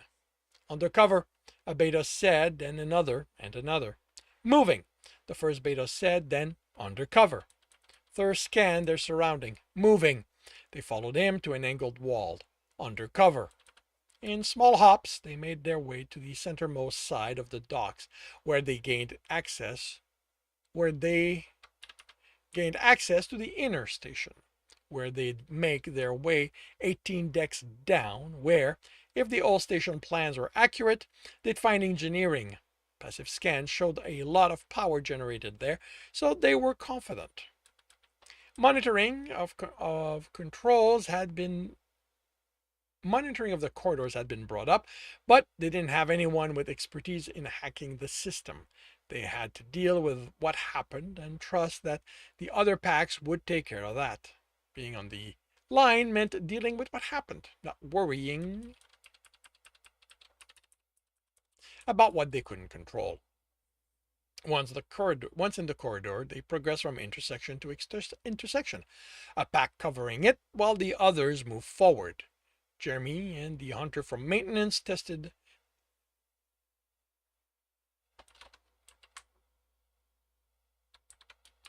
the tests. Jeremy and from the maintenance performed showed promise. 4 of the 5 locks jam. 4 of the 5 door jammed locked when they fired at the control panel. They made use of it after their first encounter with security forces. 8 armed Earthers in armor. The element of surprise gave the hunter the victory, and the Earthers had been taken without care for who heard them. But it didn't come without a cost. A dead hunter to 3 Earthers. The unconscious ones were disarmed and locked in a room. They used a lift shaft to go down, forcing the door open and using the maintenance ladders. 18 decks took time, but it meant no opposition.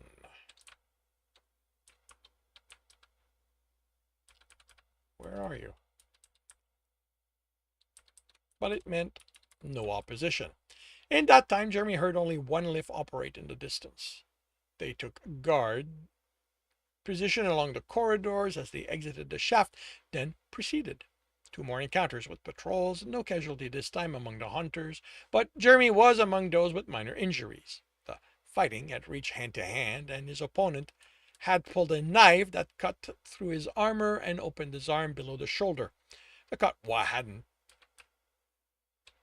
wasn't deep, and it was now sealed. He hadn't lost mobility of the fingers, so was considered fully operative. Taking over engineering was a harder firefight, which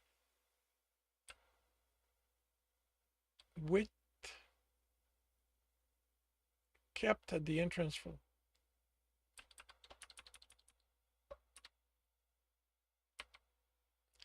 harder firefight kept at the entrance for long. I don't need the 4. Kept at the entrance longer than they liked, as those inside fired. Then a hunter made it in under cover fire, and a second, and Jeremy, who scanned the mix of Kelsiran and Earther technology, looking for anything in the process of overloading. Not seeing signs this was happening, he crouched behind a console. The wall and board on each side of the door were scorched by plasma, and the smell said it was recent. So most of those had been shut down. With our Calcarians set them around the room, the walls were probably safe to fire at, where they didn't have Earther technology.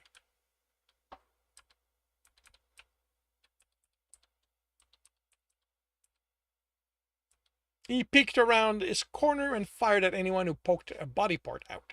Someone triple tapped his shoulder and he picked his next cover. As soon as he moved, his replacement fired over his head, keeping the Earthers from firing. From his new cover, he saw 3 reactors at the back of the room. What the Earthers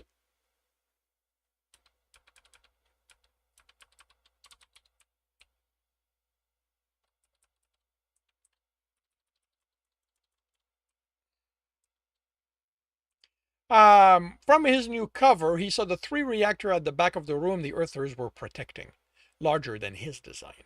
He took his tablet and typed to his beta. 3 Earther reactor, uncertain design, possibly Caroleans. The Calcarians reactor don't seem to be active. Your code might be faster, but it lacked the ability to provide detail. Risk. He scanned again. The Cals had stable color, no red flashing light on the panels. Not in the process of overloading, shooting it is bad. He was pointing out the obvious, but better safe than sorry. He fired at a head, but having to account for avoiding the reactor closest to her, let her duck down. A triple tap on his shoulder, and Jimmy took a chance, rushing low to where the woman who ducked was hiding.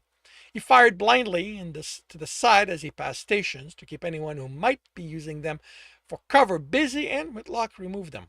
He rounded her cover and fired before she got over the surprise. An Earther male saw him, but missed in his rush to fire. Jeremy took him down, then moved to that position. From behind the other Earther's cover, he shot them without return fire. The silence stretched. All neutralized behind the reactor, he typed. Status, Albedo said through the earpiece. Jeremy checked the Earthers while the others gave their update. No survivors, he stated. All clear. 3 Earthers were still alive. Jeremy checked the reactors. Definitely one of Carlian's design, but something from after those he'd studied in school. It retained enough of the previous okay, I don't need design.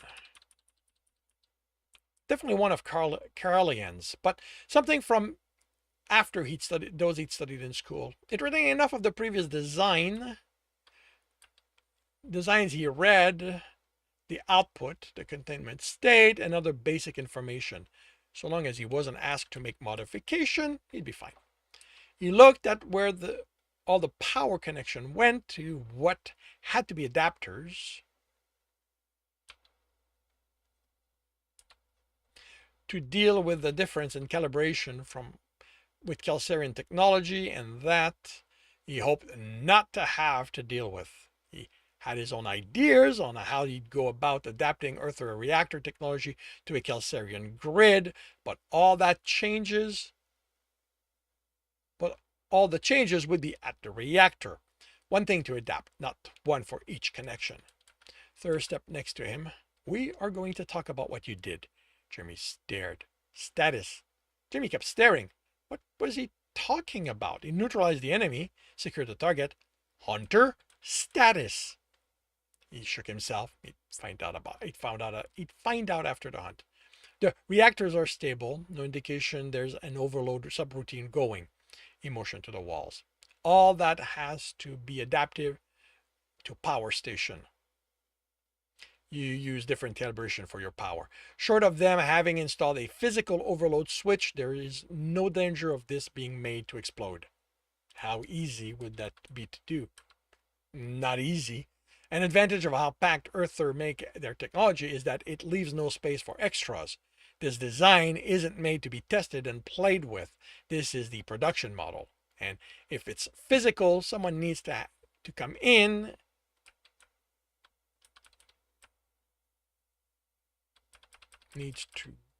go in and activate it. We are leaving hunters to guard this, right? the injured and one pack. The rest of us are moving on to the next objective. Good, let's. Third grabbed his arm. You are staying at my side. Jimmy looked around and confirmed everyone else was busy and lowered his voice. What is the problem? Sir Third did the same check and also lowered his voice. Jer, you rushed in. The use of his short name was an indication this went beyond him doing something wrong as a hunter. He went over what he'd done that might have given that impression. I didn't rush. I didn't rush in, Beta. I saw an opening and took it. Was that part of your instructions? Jimmy opened his mouth and closed it. Hops from cover to cover. That was how they did things. Closed his eyes and cursed silently. I'm sorry, Beta. It won't happen again. You're still staying by my side, Hunter. We can't afford to lose you. You're the only one who knows how this stuff works. And that concludes chapter 60 of The Technician's Fight. If you are enjoying this, please leave a like. Stay here. Leave a like. If you want to know when the next chapter will be up, subscribe and hit the bell. If you want to read this story, it is available on Ream Story. If you are looking to listen to these live, it's every Tuesday morning, 8 a.m. Eastern Time on Twitch and YouTube. Links are in the notes, and with that, I shall wish you a good day.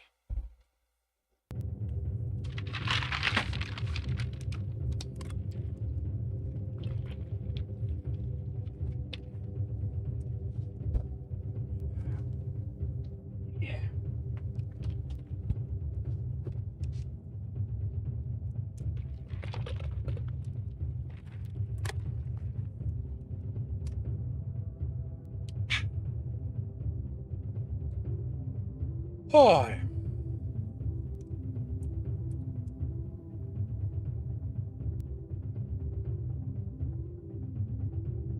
Uploads, I've been removed from my work. Didn't you guys do that like 2 months ago?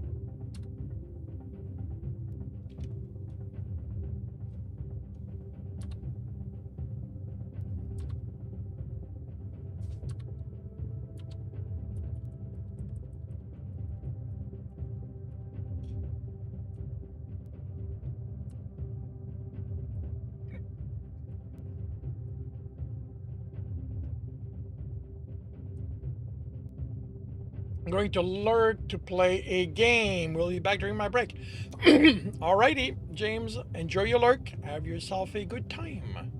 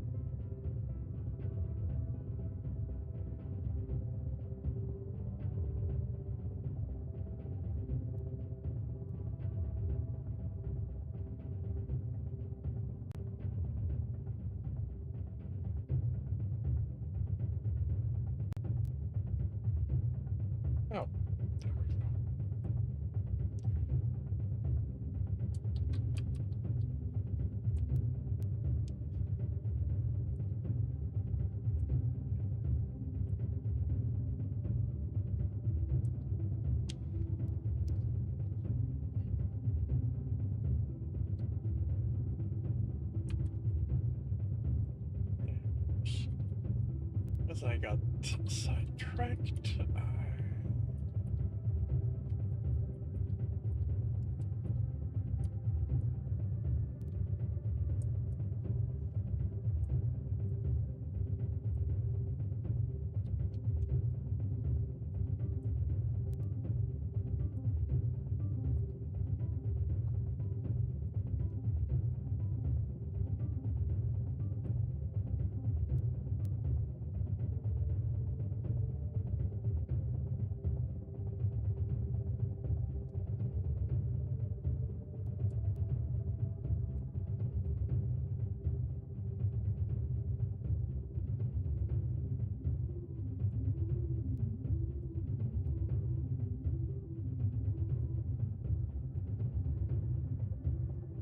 All right. That is done. Nope, nope, nope, nope, nope, nope, nope, nope, nope, nope, nope. Not quite.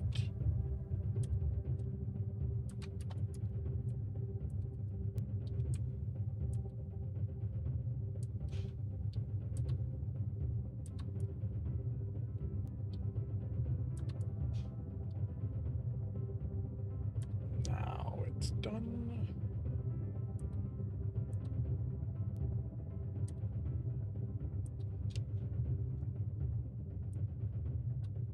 Okay.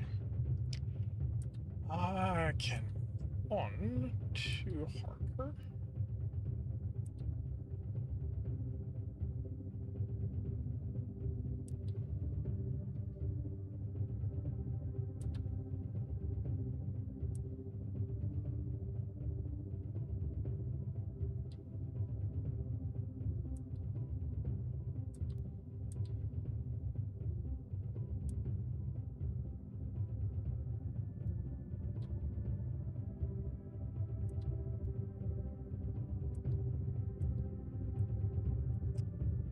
And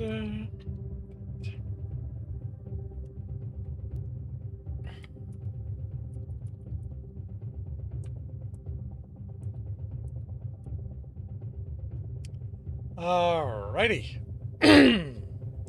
I am confirming the microphone is on, turning off desktop audio. I am on the correct screen. I have the correct image up. I am starting the recording, and I will see you all on the other side. Welcome back to another reading and correcting with me, Kindar, the Tiger Writes, and Ty, the Tiger Supervisor. These are where I read a chapter from one of my stories and correct it as I go. If you want to listen to these live, it's every Tuesday morning, 8 a.m. Eastern Time on Twitch and YouTube. And if you are looking to support me, that is on my Patreon. Today we are doing the transit chapter for the Sanders from Harker Academy. She stretched on exiting the car. Pamela preferred walking to being cramped in Pat's old car. She took her toiletry bag from the trunk while her brother connected the car to the charging station. Connected it to the charging station. I'm going to see if they have showers, she announced, walking toward the building, seeing the kiosk's menu and the options for them. Don't let some stranger talk you into. I'll be fine, she cut him off, exaggerating the exasperation in her voice. It was cute how he kept wanting to protect her and everyone else. But at times it was overbearing. She was 18, just like him. She could take care of herself so long as she didn't think fighting would be involved. And here? She will be, the voice in Patrick's ear said. I'm in the cameras. There are 3 customers in the restaurant, locals by their driver's license, a handful of customers and the... She kept herself from shifting her focus. Rich?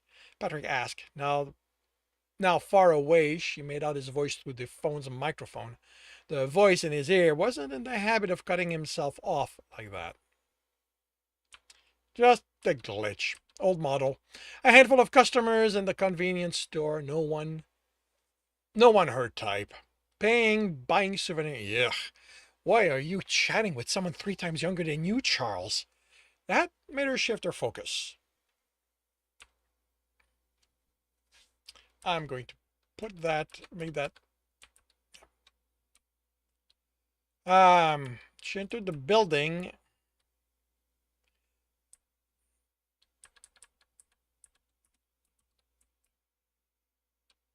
and let their conversation fade into the background. She couldn't switch that part off. Her power was an all or nothing kind of deal. But she'd had to learn to let some fall back enough she could ignore it as her range had increased to keep from going insane.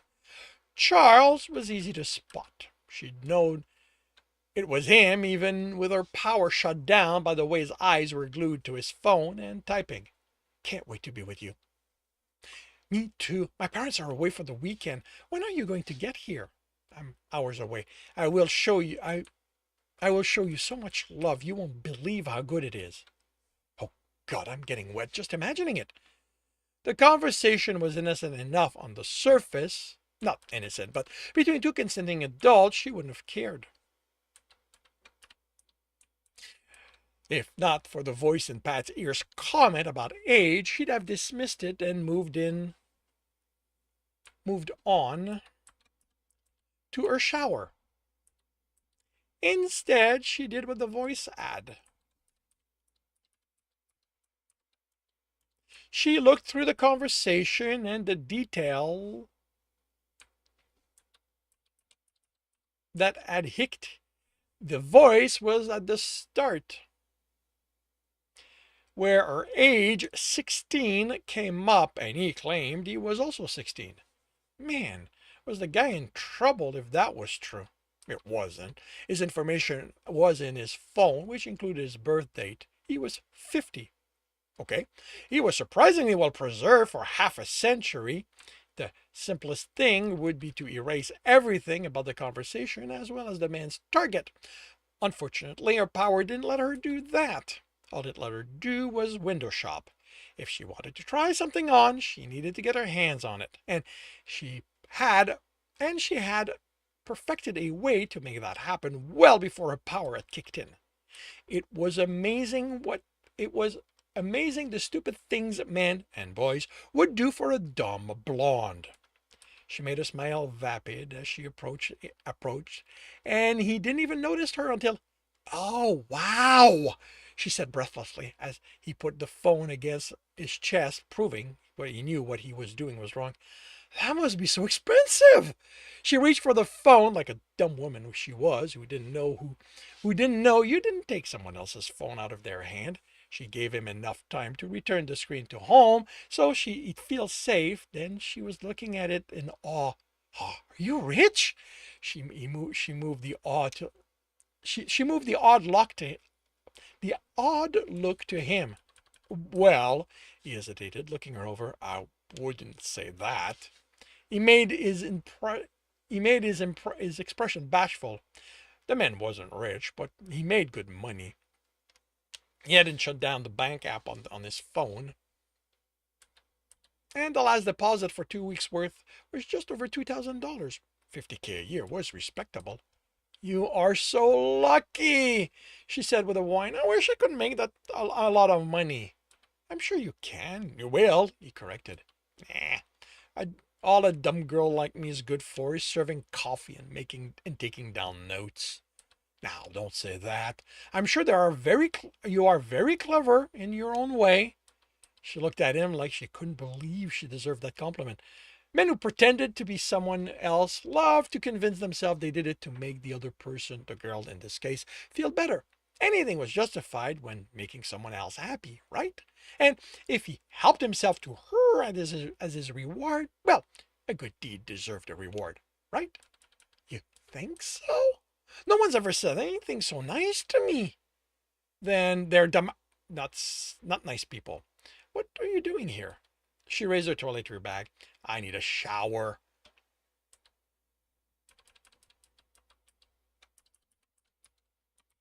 Being on the road is so yucky. If she wasn't acting all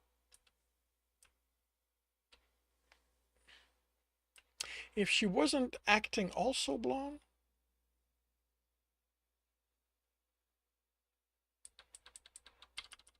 If she wasn't acting so blonde, the smile he gave her would have tipped her off. Oh? Where are you going? To school, she said. See, you are smart. Only smart girls go to school. Her eyes, she widened her eyes. Oh, I never thought of that. She smiled.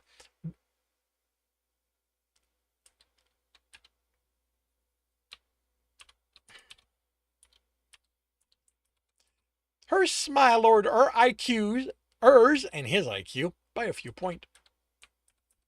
Do you? The hesitation on someone she didn't know was predatory would have been cute.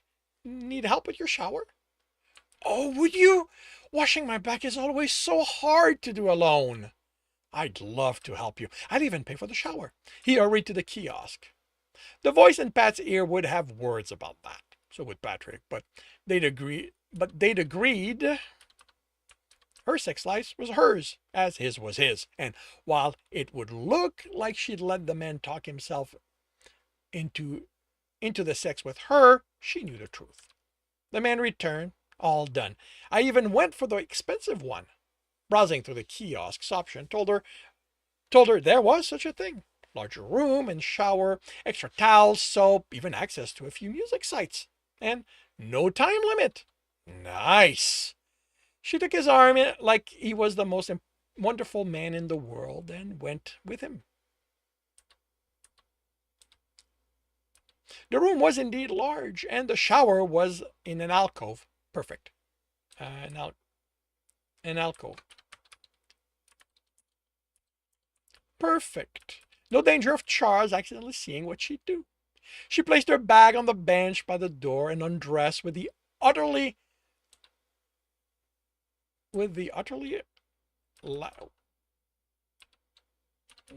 utter lack of bashfulness only the village idiot could manage.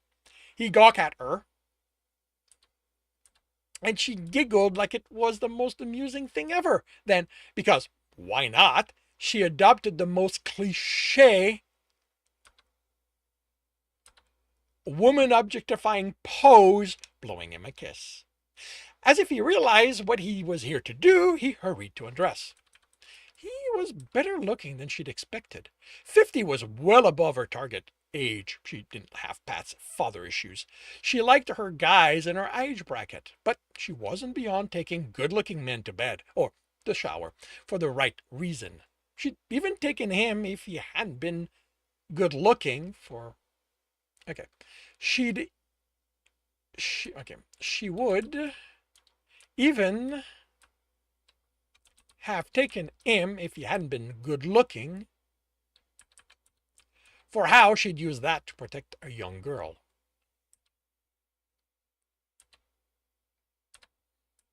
She sauntered to the shower, and it was large. This could be the school communal gym shower. She pressed herself against him as he turned the shower on and set the temperature for a comfortable 100 degrees Fahrenheit. 100 degree F. Then she groaned, I forgot my bag. We have everything here. He motioned to the soap and shampoos. She lowered her voice. I need my woman things. His blush would have been so endearing on someone other than him. Oh, She kept him from moving. You stay here. The water's going to turn cold if we're both out. It won't. He smiled. Okay, I'll keep it warm for you. Thank you. A quick peck, and she was out of the shower. She grabbed his phone. The screen was blank. You know what? I'm going to... And ask for a password, but fortunately, no bio reading. The password was in its memory, so she entered it and called up the chat app. She deleted the conversation along with Juliet's contact information. Then, because this had probably originated on a site, she brought up the browser. No page in the tabs to tell her which one, and too many connection sites to be able to tell which one it had been. So she cleared the cache and all the cookies, then uninstalled the browser. Hun? She returned the phone to the pocket and grabbed her bag. She'd done all she could. It was possible Charles knew Juliet's information. Charles had memorized Juliet's information, so this would be a waste, but there were enough notes and reminders on the phone she figured she was safe. And if not, well, Pamela had done what she could. I found it! She raised it to show. She raised it on entering the shower as if it was a prize catch, but the sight stopped her from adding anything else. Charles was erect, and unless he had no idea what to do with it, she was going to have a great time. And if he didn't know how to use it, well, she didn't like faking it, but she knew how. 3 times younger than you, Rich said. I really shouldn't nuke your phone. Rich, Patrick warned. He's a perv, Patrick. He's making plans to hook up with a 16 years old. Then do something to his car, shut down the charger or something. Change your address, but don't nuke his phone. That gets people looking into who did it. Just a glitch, Child replied dismissively. Oh, you are going to love this. He's noticed your sister. Patrick had taken 3 steps toward the store before he stopped himself. Do you want me to do something to him now? Rich asked. He returned to the car. No, actually, just stop. She can take care of herself. If you say so. There's someone staying at the motel. It's the car in front of it. Arrived yesterday. Door's been closed since they went in. No cameras in the room. You know you don't need to run surveillance, right? We're not in the Barrows anymore. This is the middle of nowhere, Arizona. Not the middle. We're an hour from the New Mexico state line. You know what I mean. And the middle of nowhere everywhere is where the best quests are. For all you know, there's a boss villain hiding out around here. We need to stay vigilant. Rich, Patrick said, dissertation matching Pamela's. I'm going to be a student. I told you that I'm done with Ghost. He was thinking of the costume. He laughed.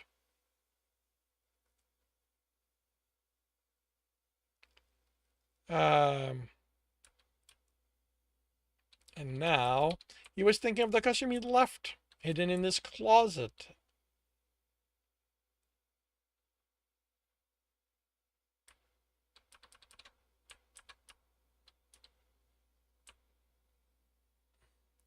Great. A glance at the charger told him he had 43 minutes to the 90% charge mark. The last 10 would take an hour by themselves. He walked away from the car using his phone to lock it. You don't just drop a quest because you've moved spawn point. You take it with you. Not a game, Rich. You know what I mean. Put the phone away. He tapped the kiosk once inside. They have showers. Your sister is... Shut up, Rich. He'd take his once they parked for the night, or the next time they charged a car if his sister wanted to drive while he slept. 90% meant 5 to 6 hours at highway speed. That meant they'd have to stop around dinner time for a charge. Their mother had made sure they had money for meals and motels, but they could save by continuing the drive, and, unlike his sister, he took his showers alone, so they were quick. Incoming, Rich said in a bored tone that told Patrick he didn't see the possibility of an event in it. The minivan stopped at the charging station, and 3 guys shoved each other out of it, laughing. 3 more appeared on the other side, then the driver exited, shaking his head in annoyance, before stepping up to the display. His suit was so sharp, Patrick expected someone might cut themselves on it. Patrick shook his head in amusement as the playful threats sounded on the door opening, and returned to looking for something edible. You better have left me something to eat, one of the guys said. There's plenty of candy. Laughed. Another hurried to reply. A glance turned into a stare. The dirty window had hidden how good-looking the guys were. Candy? You're the one burning all the calories like you're a forest fire. Eat those and leave the healthy stuff for the one.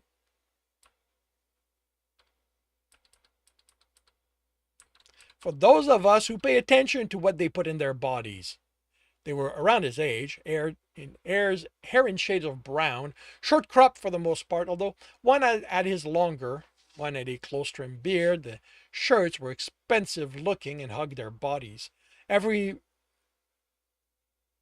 every long hair, every long hair, oh, even long hair whose muscles were the least defined had them. The speaker, the most muscular of them, though, caught Patrick staring, and before he could look away, the guy was looking him up and down, an appreciative smile forming. Then another seemed to just appear before him. This body runs on high quality carbs, Aaron. Unlike the other, they Unlike the others, they had to be brothers. He was lean and his shirt and pants frayed at the edge. Oh, okay. Unlike the others, they had to be brothers.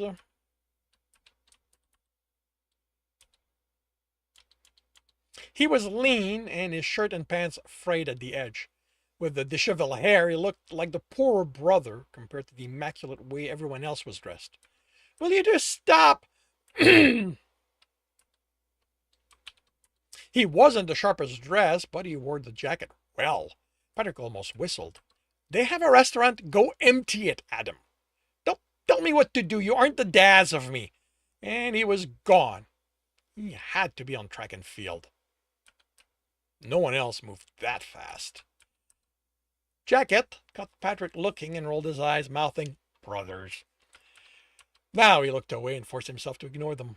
The banter continued, as did the playful insults and the occasional call for the lot of them to grow up. Patrick enjoyed their camaraderie, slowing his selection until their departure brought back quietness. When he headed to the register, sharp-dressed driver was there, the only one of them who felt like an adult, even if he was in the same age bracket as the others. Definitely siblings. Some were brothers, others would be cousins, all born close together and forming a bond. He and Pamela certainly had that. As D.D. stepped away from the register with a bag in hand. Sorry about those assholes. I just can't take them anywhere. It's okay, Patrick replied. Family's good to have, no matter how loud they get. The guy laughed. You do not have that lot as brothers. Then headed to the exit. They are brothers, Rich said, born days apart, names of... Stop. I don't need to know. If you say so. The reply was in an amused tone that almost made Patrick ask, but he wasn't falling into that trap again. Too many of Ghost's adventure had started with a similar tone, and Patrick unable to keep his curiosity in check. He placed the fruits on the sensor plate, then swiped his phone to pay, and exited, starting on the prickly pears. I am so telling Dad! Someone exclaimed. Oh, I so can't wait to watch their reaction, another replied. You think they'll be there to help unpack? What's the house like, Al? You looked at listing overs, right? Ask Art. He's the one with the criteria to meet. I'll do.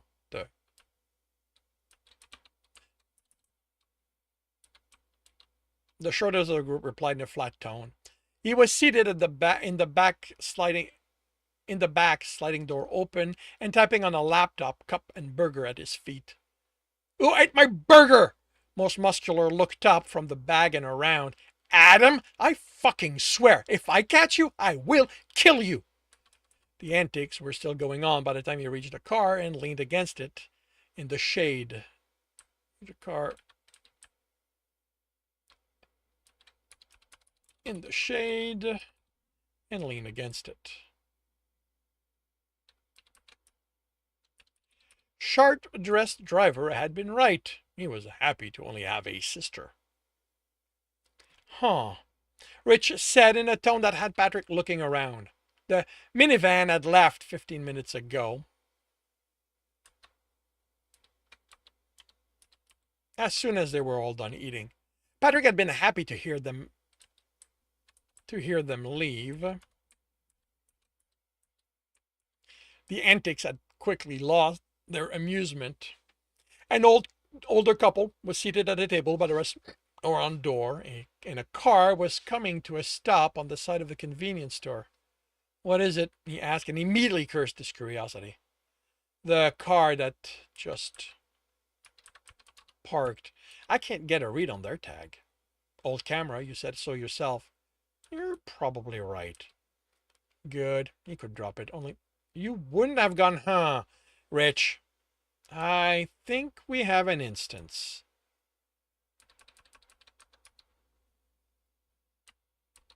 Running the car through image recognition. Call the police. There, taken care of. Rich snorted. Middle of nowhere, AZ. You called it. The police isn't getting here anywhere close to before the timer runs out. This wasn't his job. He'd left Ghost in the Barrows. He was leaving that behind. That had been the point of agreeing to Pamela as much as making sure she had the best education she could. The elder couple laughed, and the man with the and the man with her smiled the older woman laughed, and the man with her smiled wistfully at her. Fuck! What level am I looking at here? He pushed away from the car. Maybe he should have listened to Rich and brought Ghost, not that he'd have time to put it on. How was he going to do this without drawing attention to himself? Indeterminate. The reply was pensive to pensive. So that wasn't Rich being angry at him. The camera shows two guys, the driver and passenger, but it's not like I have anything through which I can scan them and tell you if they're packing.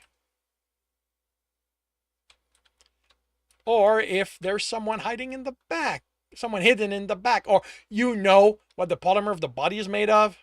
That was his I'm angry at you tone.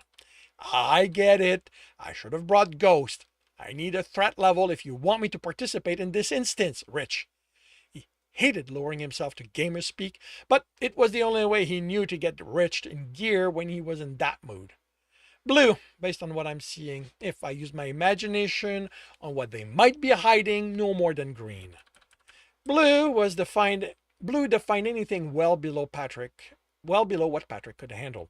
Green would be threats that more or less matched him. The odds were the odds were they weren't parahuman.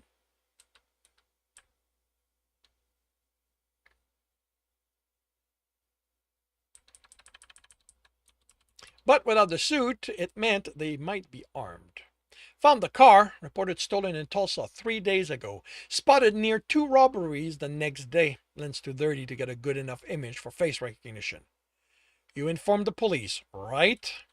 The men were talking. They seemed calm. Yes. So I make sure they can't leave and the timer becomes infinite, right? What info did you give them? The image of the car as taken from a phone with a message saying I thought it was that stolen car I'd seen in a report.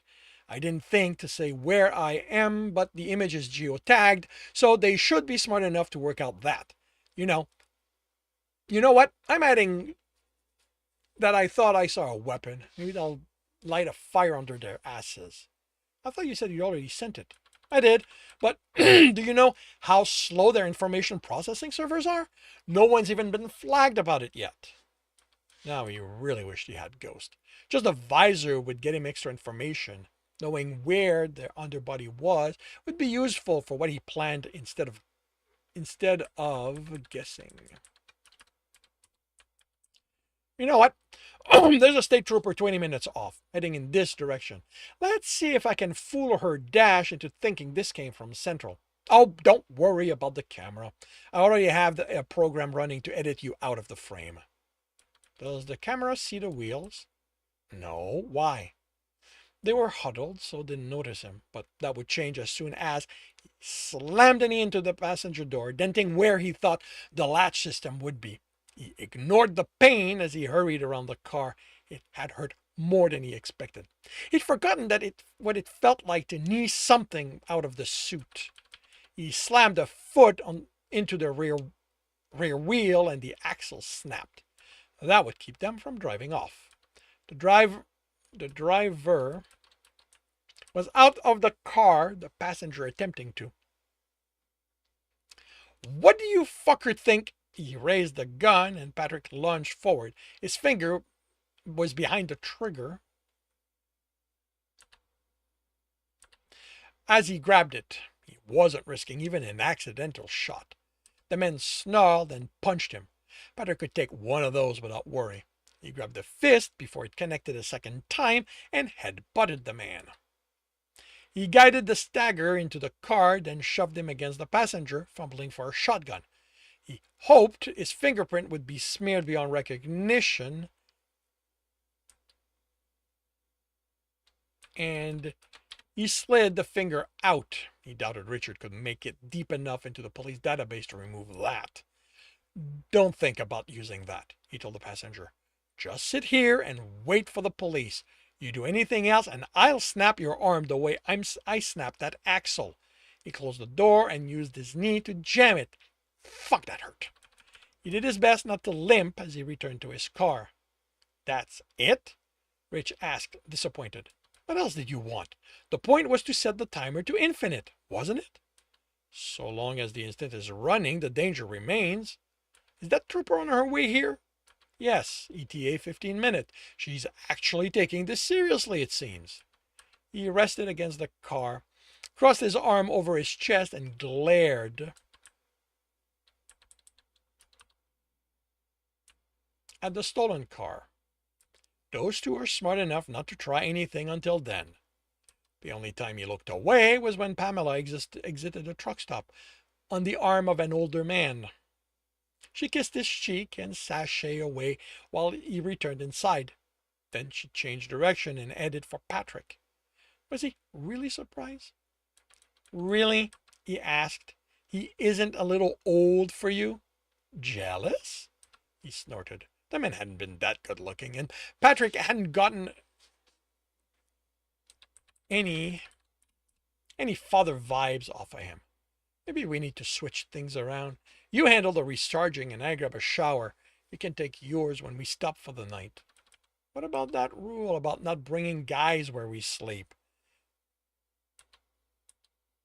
She glanced at the charger, and I finished before this thing. There's even enough time for you to grab a shower since you never shared them with anyone. I'm happy to share one when I'm not busy with other things. She leaned against the car and looked where he was. What did they do? Nothing, Patrick said.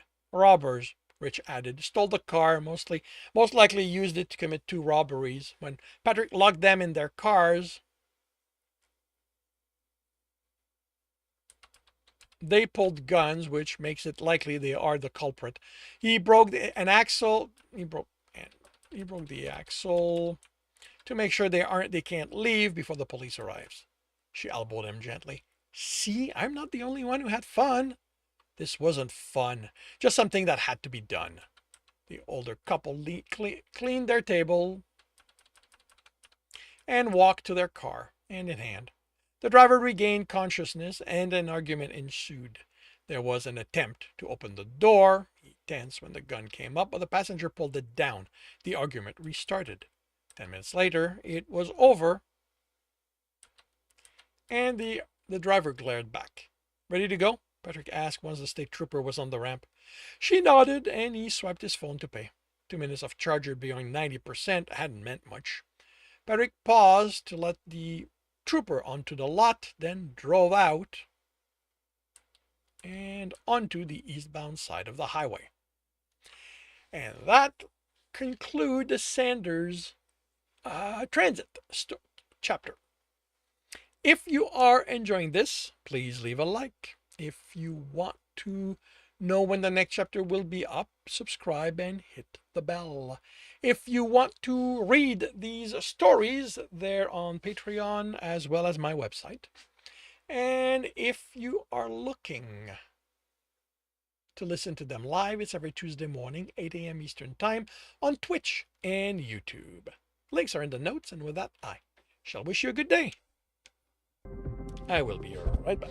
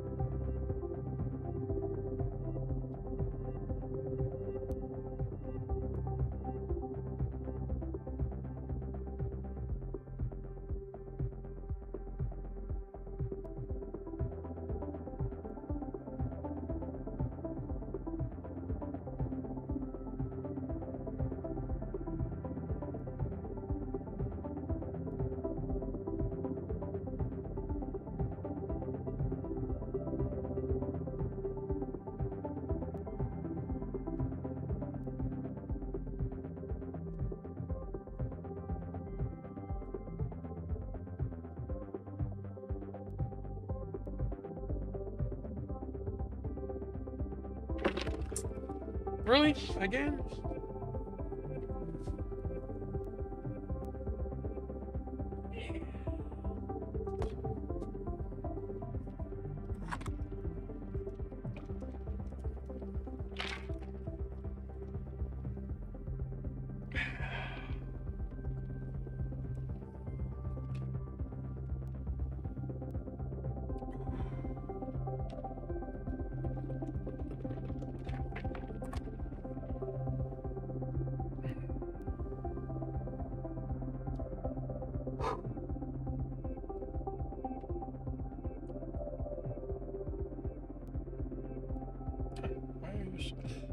Oh, right, because I worked.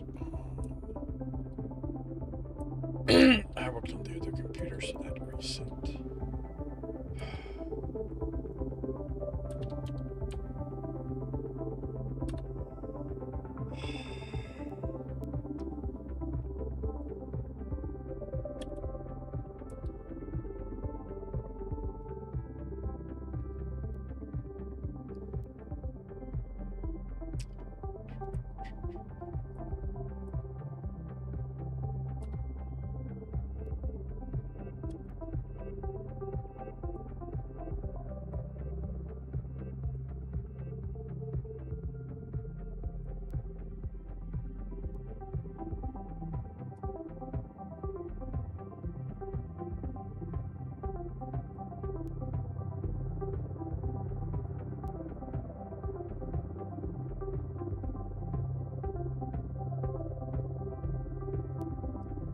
All right, what am I looking at for date here? So, October 26th. Second. Really?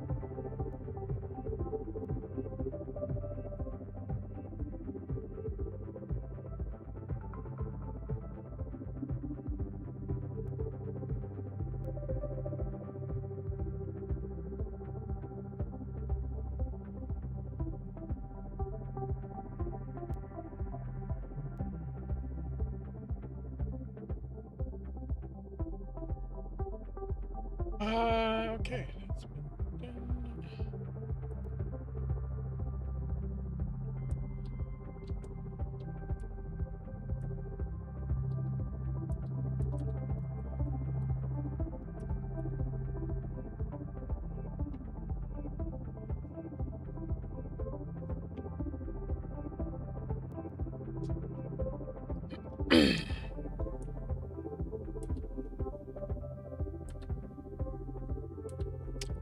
On to tardiness.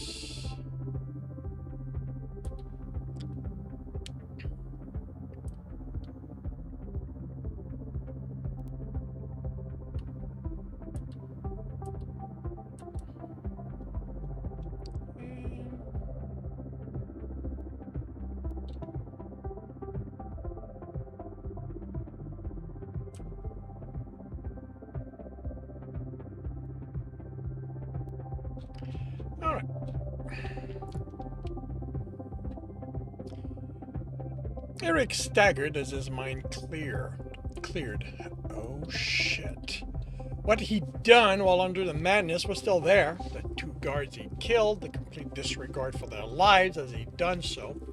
When he looked up again, he realized he was on all four. A black and white cat of 4, maybe 5, was looking at him. Eric remembered a muffled voice from behind the door. For him to have heard it, the child had to have been pressed against it.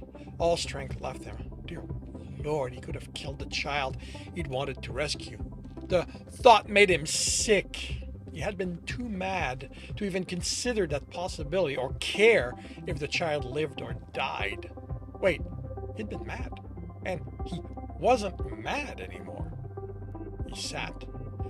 One didn't come back from Builder Mindness. That was the rule. That was why he spent his entire life working so hard at keeping his builder ability under control. He had never wanted to go mad. And now he'd come back from it for a second time? He looked at the cat. Did you do this to me? Did you make me sane again?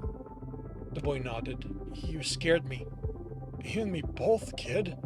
He rested his head again in his hand. Well, he'd found him. Now he had to get out of there. Get out of here. Find the police. Let them know about this place and the fanatics holed up in here.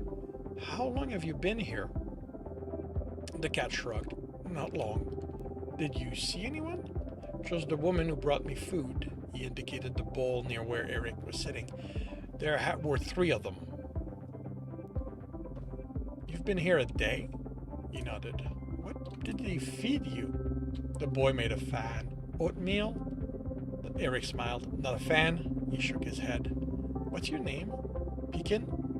That's an odd name. Pekin shrugged. My parents are weird. I'm Eric. I know, it's in your mind. He added at Eric's raised eyebrow. You can read minds? I hope you're not looking too deep. There's stuff in there someone your age shouldn't see.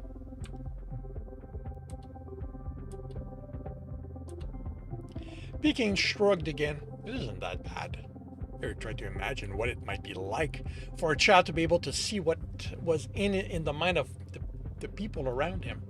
He wanted to believe that people weren't that bad, but he'd seen too much horrible stuff committed by ordinary people in his 25 years alive. Lord, even before he joined the army, he'd learned how nasty people could be in the swamp. It explained why someone this young acted so mature. With everything he'd seen, he'd had to grow up quickly to deal with it. Wait, if you can read mind, how about the woman who brought you food? Could you pick up anything that explained what they want with you? Pekin shook his head. Her mind was walled off.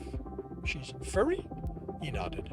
So they'd known what he could do and had found a powered furry to handle him.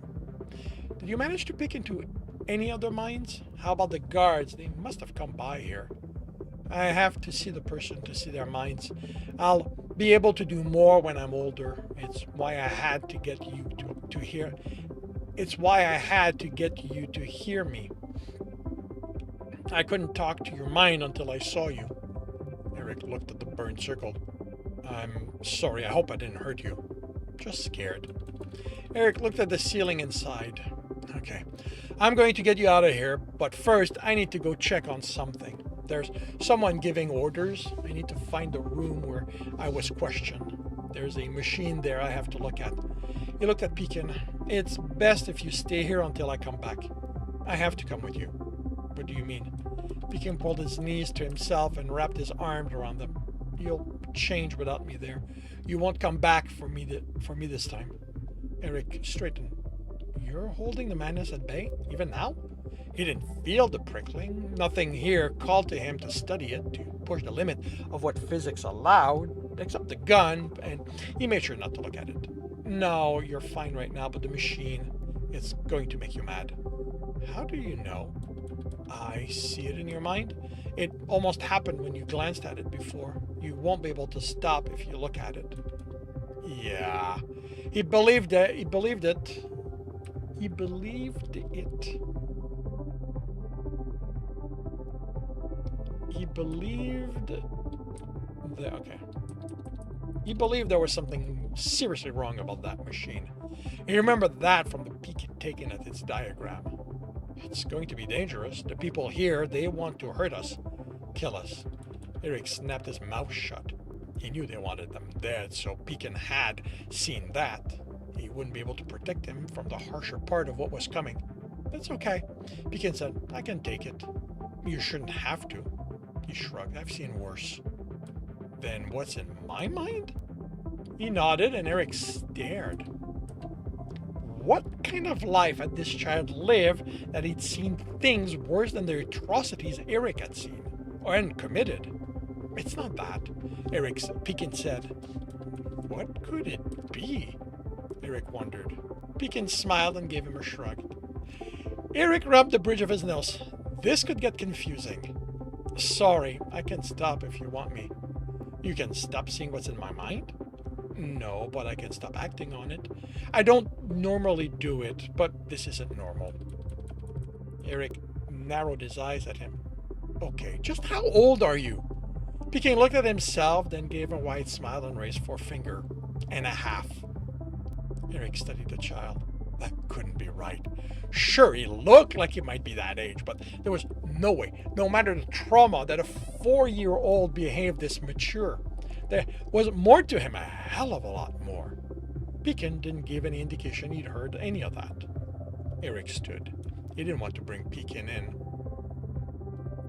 with him, but he believed him when he said he'd go bad without. Pekin didn't want to bring Pekin. But he believed him when he said he'd go mad without him. Okay. Where's the without? Yeah. Okay, let's go. The longer we stay here, the more likely it is they'll realize I'm out of my cell. I'm going to have to get an actual gun. I don't know if this is going to work anymore. He looked at the gun without thinking, then prepared himself to resist the pull of the madness. But as the diagram appeared, he barely felt the prickling. It showed the cartridges as a heat source, the coil as a transformer, numbers telling him the kind of conversion he got out of it. The capacitor was just that. The bulb was a beam generator, and the mirrors amplifiers. He knew it made no sense. The coil was just a spring. The bulb couldn't be more than 5 amps. And the mirror hadn't even properly aligned to reflect the light back on themselves. He knew in the deepest recess of his sane mind that if he pulled the trigger, all he'd get was the explosion of the powder and maybe the gun exploding. There might not be enough powder for that to happen, but the madness didn't care for the laws of physics. The gun had worked exactly as the diagram specified it would when the mad version of himself had fired it. There had been hundreds of research papers trying to explain how builders did things once they crossed into insanity, and none of them had ever come to a satisfying conclusion. Eric had read some of them in school, trying to get a handle on what he was. The only thing any of them agreed on was that an insane builder could build the impossible. Eric knew that for a fact. Someone pulled on his arm, and Eric forced himself to look away from the diagram. Pekin looked up at him. It's going to work if you need it to. How do you know that? Because you know it? No, I don't. I know the exact opposite. Pekin shook his head. The part of your mind, of you that's insane, it's still there. It doesn't go away. That part of you, it knows it's going to work. Eric's heart caught in his chest. You mean that I'm going to go back?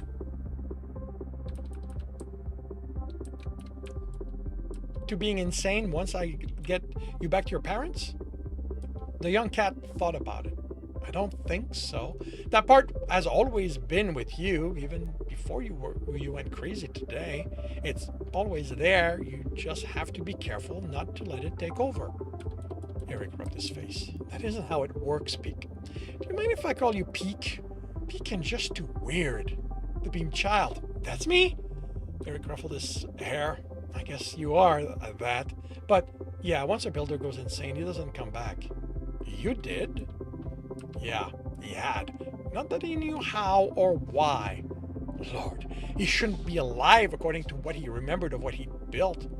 He tried to stop his mind from going there to protect the child, but the equation came back, the expected destruction, him activating it. He shook himself and looked at Pekin. If he'd seen anything, he wasn't reacting to it. There's a reason for it, the child said, even if you don't know about it. Eric stifled a sigh and forced himself to smile. You're of the faith, aren't you? Pekin gave him a quizzical expression. You're a follower of the Lord Tyrannus. The cat only gave him an enigmatic smile. Right. Enough weirdness. Stick with me. Eric went to the door and listened. Silence. How many people were here? He'd seen the interrogator, who seemed to be in charge, the human woman who'd guarded this door, and the guard he'd tested the gun on. Pekin had seen another one, so there were 2 alive at the very least.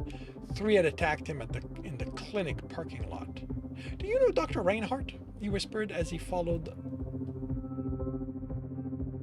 the way back.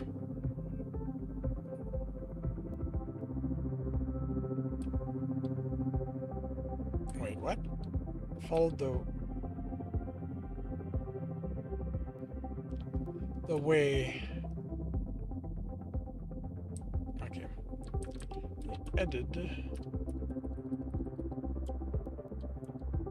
the way he'd come.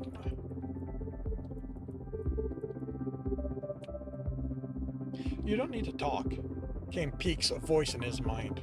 Eric froze and looked at the child. That's even weirder. Sorry, but this is safer. Eric nodded. He was right. No, I don't know the doctor. That bomb wasn't for me. How can you be sure? I've never been to that part of the city. Eric nodded. His captor had mentioned something about there being a second target.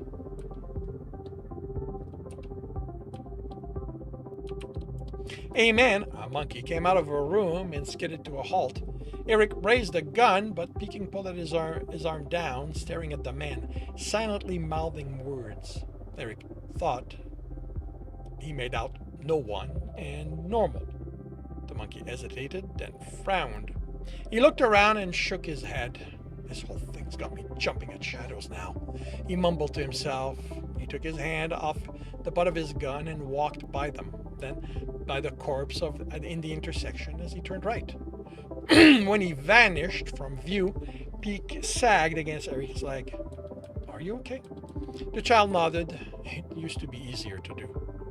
Eric nodded, focusing on the monkey's voice. He was certain that had been the man who'd spoken at the minivan, so he was up to 5 people. The distorted voice had implied this was a cell of something larger. Cells were usually small to avoid leaks. How many more could there be? The more there were, the higher the odds someone would say something that would reveal their existence. I'm okay to continue, Peak said. Eric nodded. They couldn't just stand here. This had been taxing on him, and he wasn't going to depend on Peak to keep them hidden. Eric stepped past his cut door as well as the cut body. The memory of first seeing her there, and being more interested in what she carried than how he killed her, made his stomach turn. Peak didn't even glance at her, like a dead body wasn't worth his attention. How could he be that jaded, even with seeing in others' mind?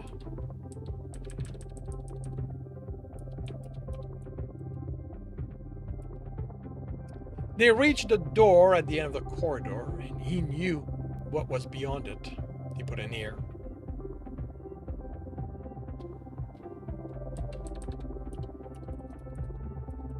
He put an ear to the metal, but heard nothing.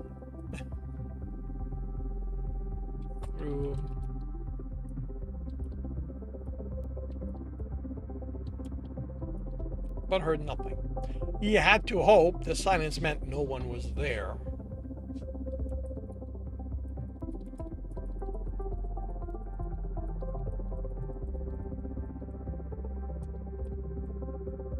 tried the knob and it turned with a soft click. Stay here while I make sure it's safe. Gun ready, he shoved the door open and looked in. He saw the machine against the wall, but didn't stay on it long enough for anything to form.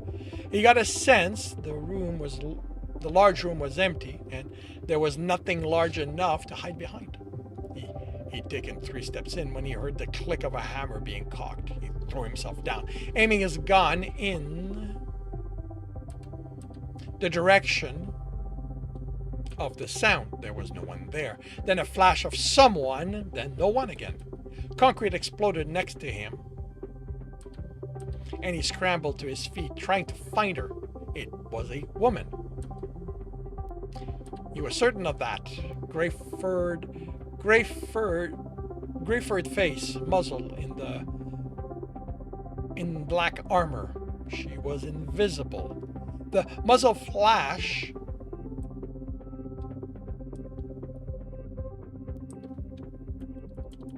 was what had rendered her visible for an instant. He saw her for a moment running along the wall, then she was gone again. He ran too, in jagged line to avoid giving her an easy shot. He found her again and kept his eyes on her as she ran and shot in his direction. She missed, but he took her eyes off her for a moment and she was gone again. This wasn't invisibility. Not the true thing anyway. A trick of the mind, maybe? Work it out later. She could be anywhere. He saw her, then nothing. A flash of light as she fired, and the concrete at his feet threw off shards. She was aiming at the floor. He realized he was standing in front of the machine. She was worried about hitting it. He plastered himself against it and stood still. If she thought she could hit it, If she thought she could hit him, he was giving her a perfect target. He scanned the room. She flashed by, then vanished. When he looked where he'd seen her, she didn't reappear. So she was still on the move. He didn't think she'd risk firing while moving. She reappeared, and this time Eric was able to keep her in his sight as she ran. He raised his gun at her and, by reflex, led the shot ahead.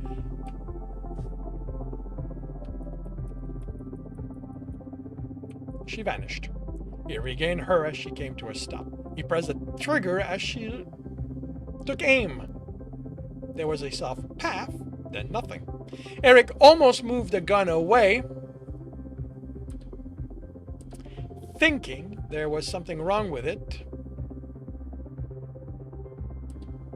when he remembered the delay. The ball of light blinded him. There was a much louder gunshot, then all he saw was spots. He blinked a few times, and when his sight came back, Pekin was running toward him. The woman was gone, except for one of her arm. The wall where she'd stood had a burned circle in it. There was a trail of blood on the floor. Eric followed it, and she became visible, crawling towards the door. Stay here, don't. It was a waste of time. He'd already seen her through his mind. Just stay here, please. He patted his shoulder. Eric went to her. Her nose and lips were dry, almost ashen. She looked up at him. You have killed him. You have to kill him. She rasped. I don't kill children. You don't know what he is. He isn't normal. Can't you feel it? Eric could, but that didn't mean anything. Israel is full of horror stories about countries trying to decide what was normal. Each time Tyrannus had gotten involved, it was to fight them. He wouldn't let that happen in his country, in his city. No one's normal. That's what makes this city great. We take them all in. The powered, the builders, the average, and the extraordinary. Tyrannus is the city of soaring dreams because we will never judge another for being different. He will destroy you. He's 4 fucking years old. Mentally, he apologized to Peak for his language. He hasn't done anything to you, and I'm not going to let you judge him for what he might or might not do in the future. You are dooming the world. Eric snorted. Add that to my tally. At least in this case, I can't say my conscience is clear. I'm on the right. Her eyes glazed over and her head slumped. Eric checked for a pulse. She didn't have one. He could have saved her. He could have stopped the blood loss with his belt, gained her enough time so a doctor could see to her. But she'd gone after a child, possibly more than one. She wasn't the first person he killed, but he thought she was the first one he didn't regret killing. He prepared himself, then turned around. You know what? I'm going to end this here. Yeah. And that's going to make this a reasonable size for the ending.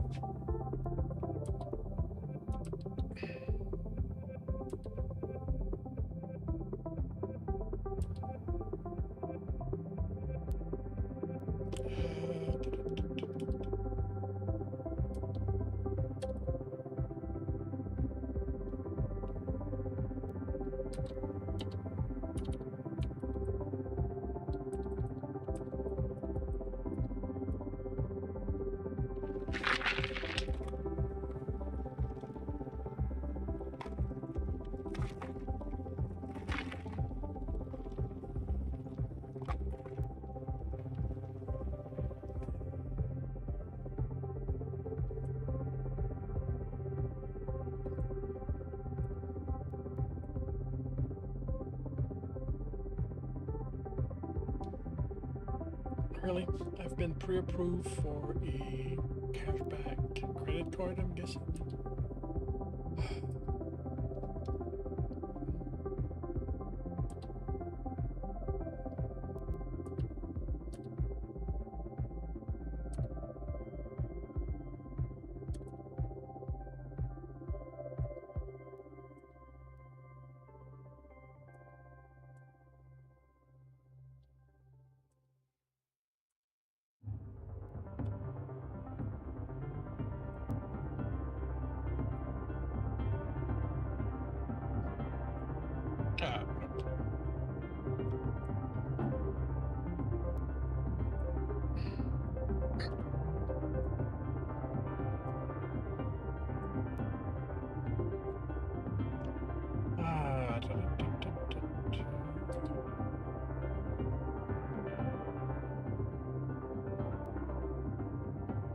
For a second.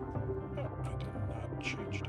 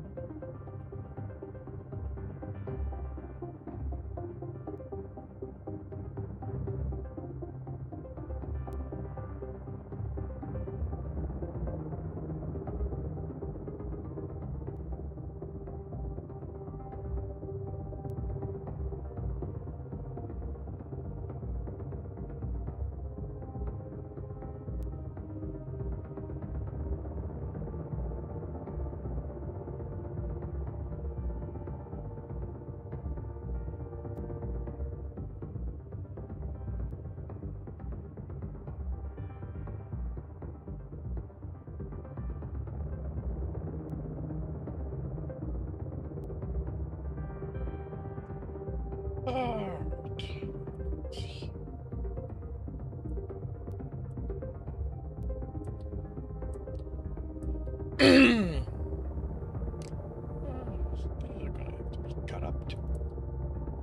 I really thought most of those chapters were shorter than that, but no, no, they're all decent sized.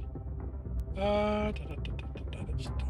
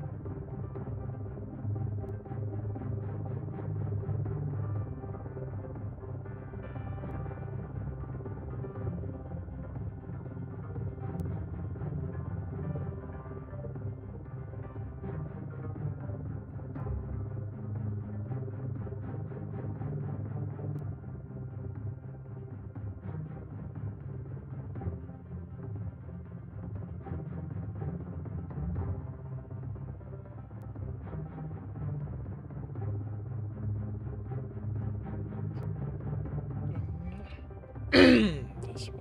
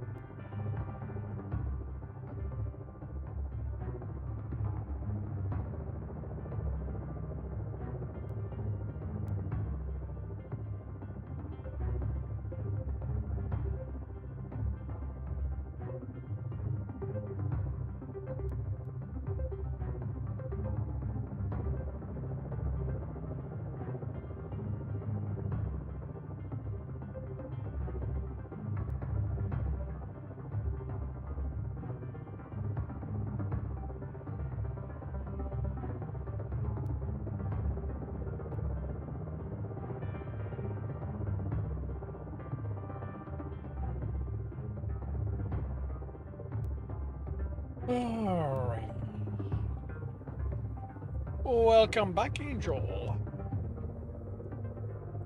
And that done, all the posting is done.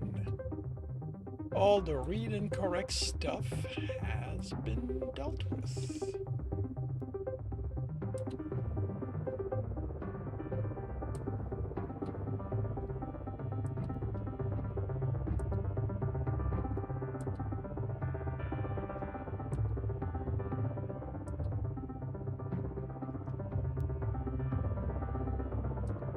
Oh, right. That's something else. That's what I want to do.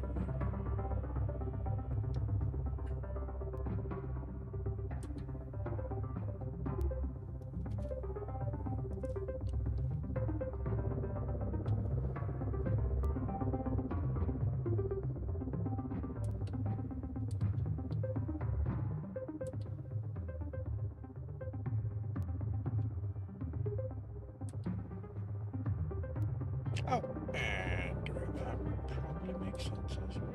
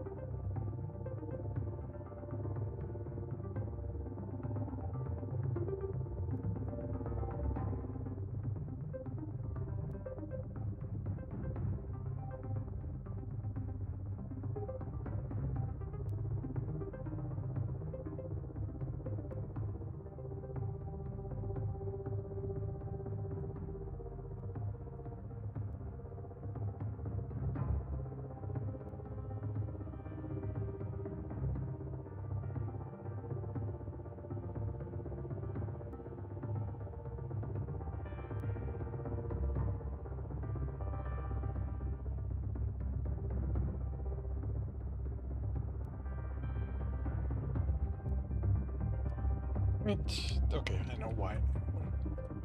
Mistaken.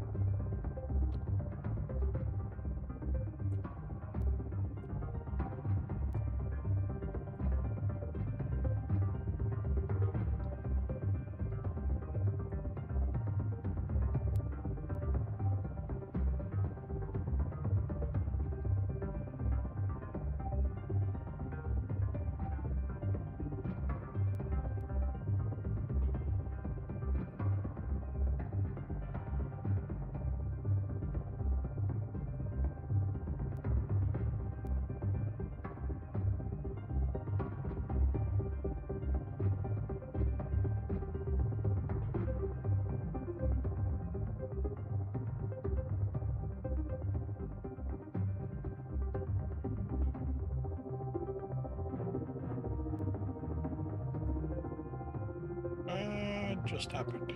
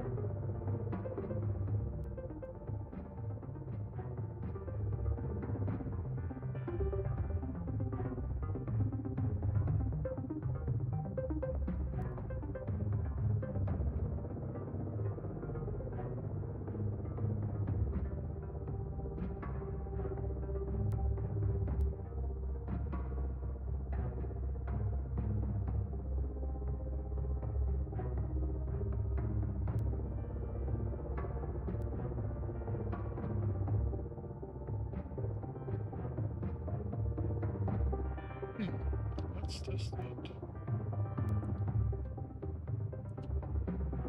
I don't think it's going to work, but let's test it.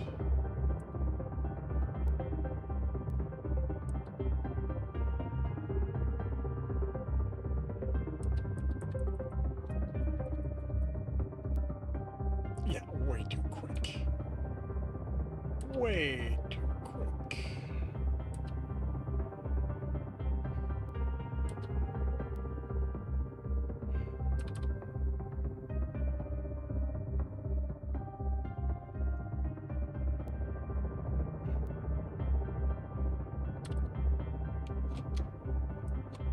Yeah, just the image.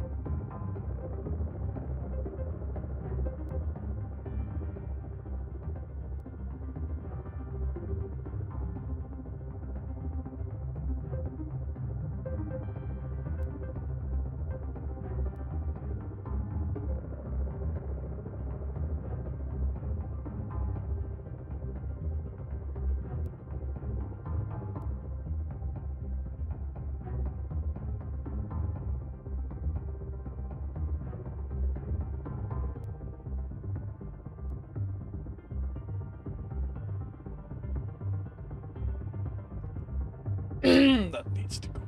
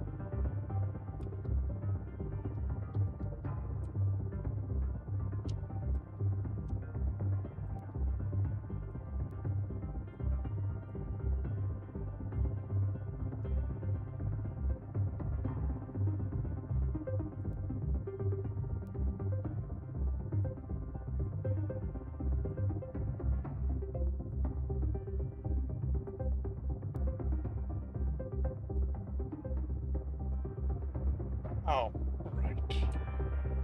Right.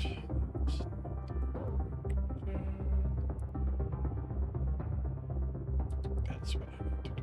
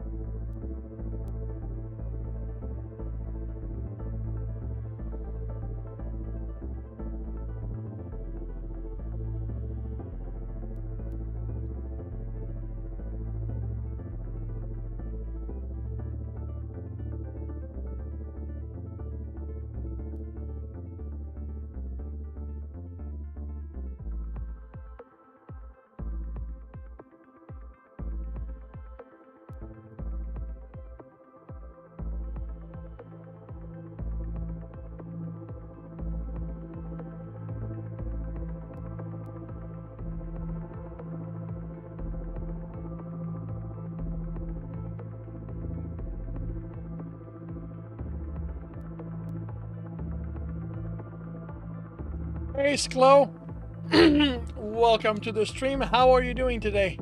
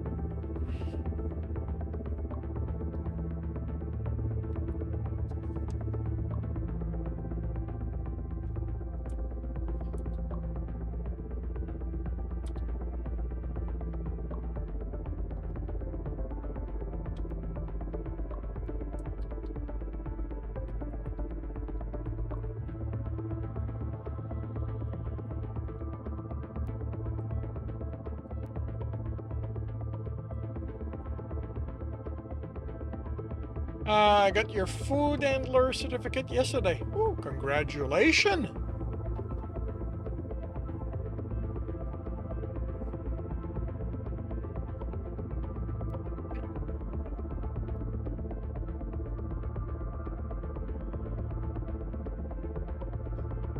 I did get confirmation of when my surgery is. We are good for the 2nd. I will be recreating the invoice and sending that to you.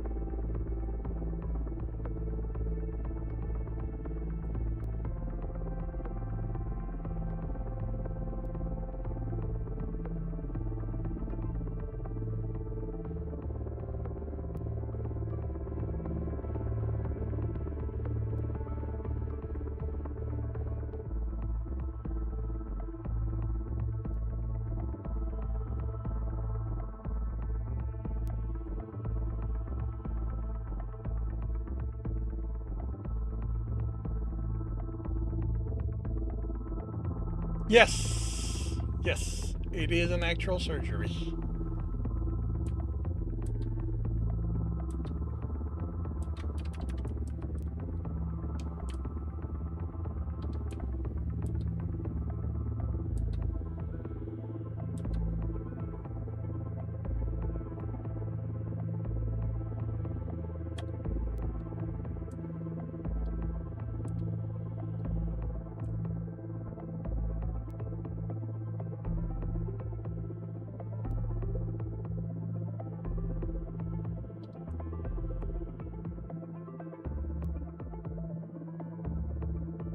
All right, the invoice has been sent, Sklo.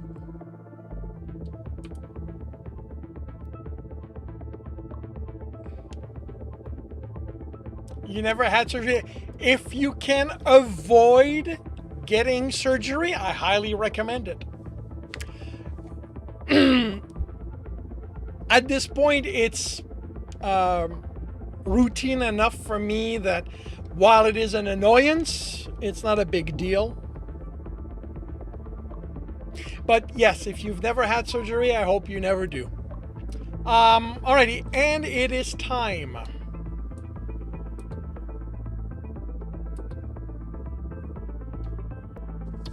For me to take lunch. So I will be back in about an hour.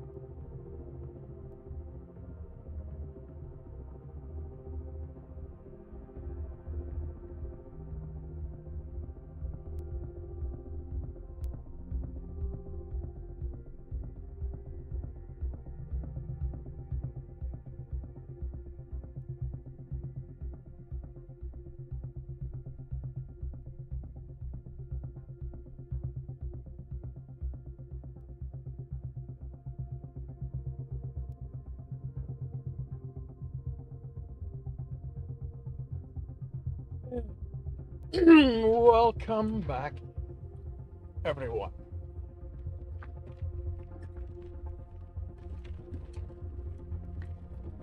This afternoon, it is chapter 3 of The Dawn.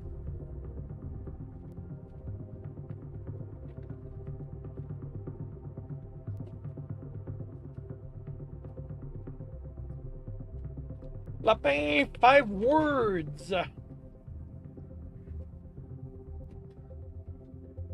From editing the Aristocracy Chronicles. Congratulations, James. Alrighty.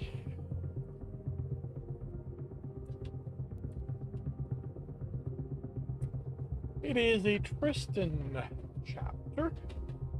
Let's update that. And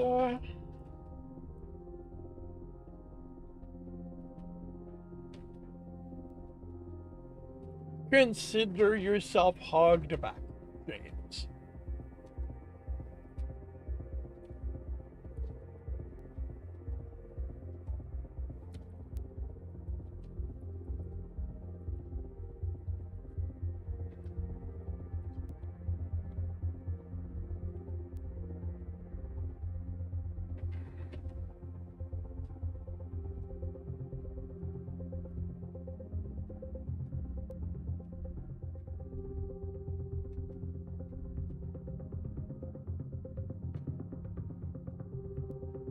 So this is the Tristan going about getting the town ready for his son's return.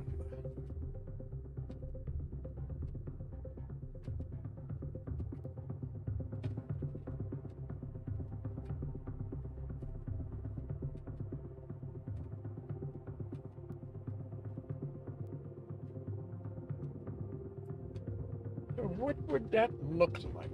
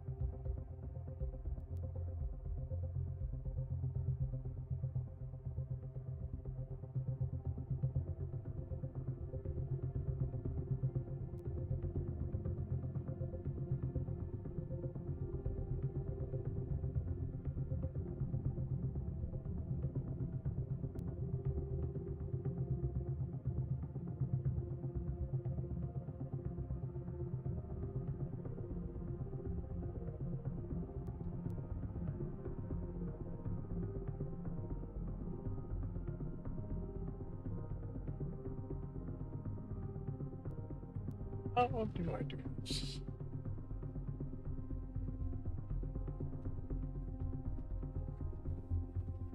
Oh, what do I establish?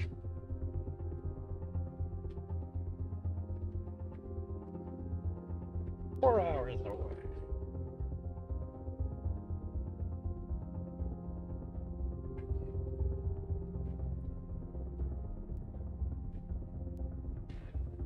That may have to change.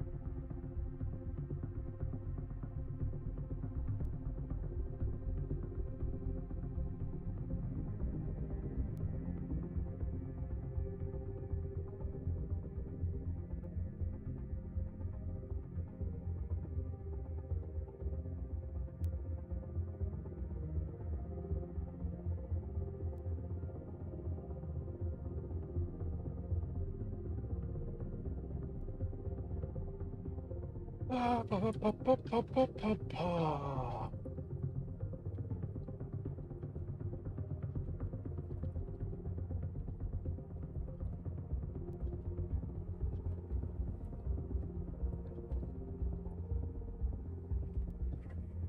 What's that?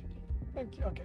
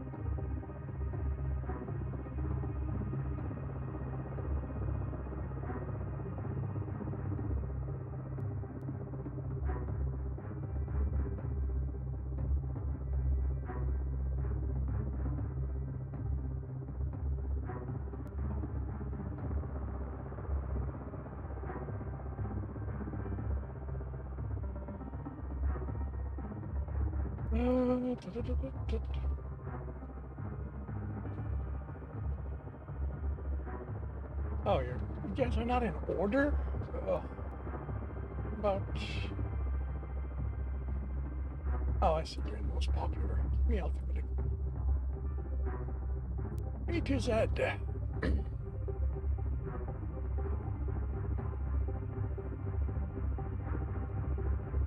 Huh. Why not?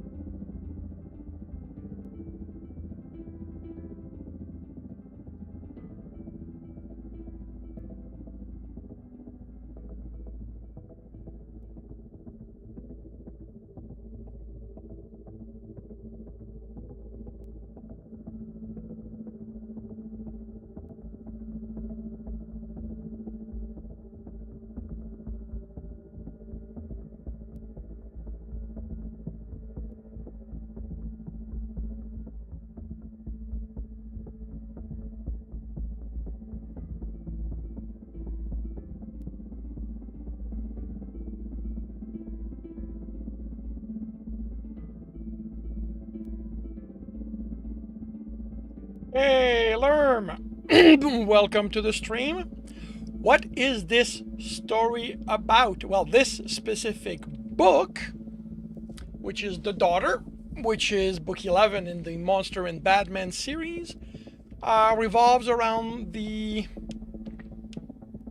Tristan's son, Emil, returning to town with a child that he rescued from an abusive mother, and the discovery that she's part of a plan the father is running to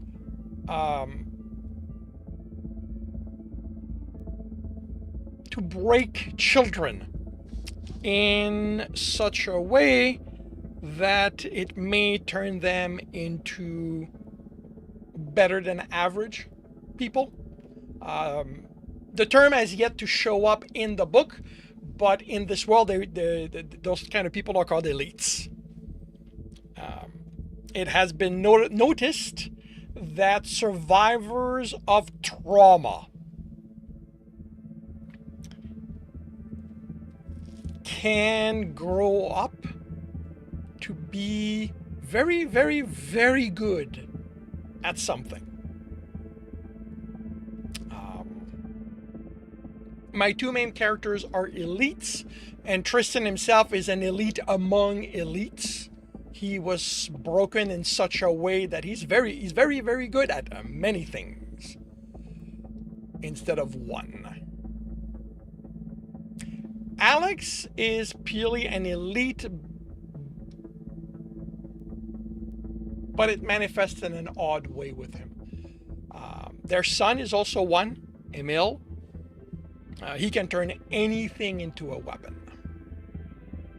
There are two more elites established in this town. The other ones are all monsters of one form or another. Serial killers, murderers, hitmen, or people in trouble with government agencies.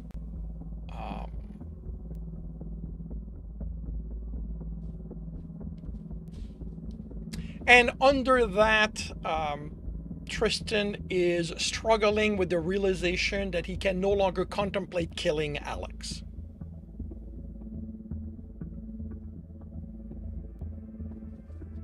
And Alex is his husband.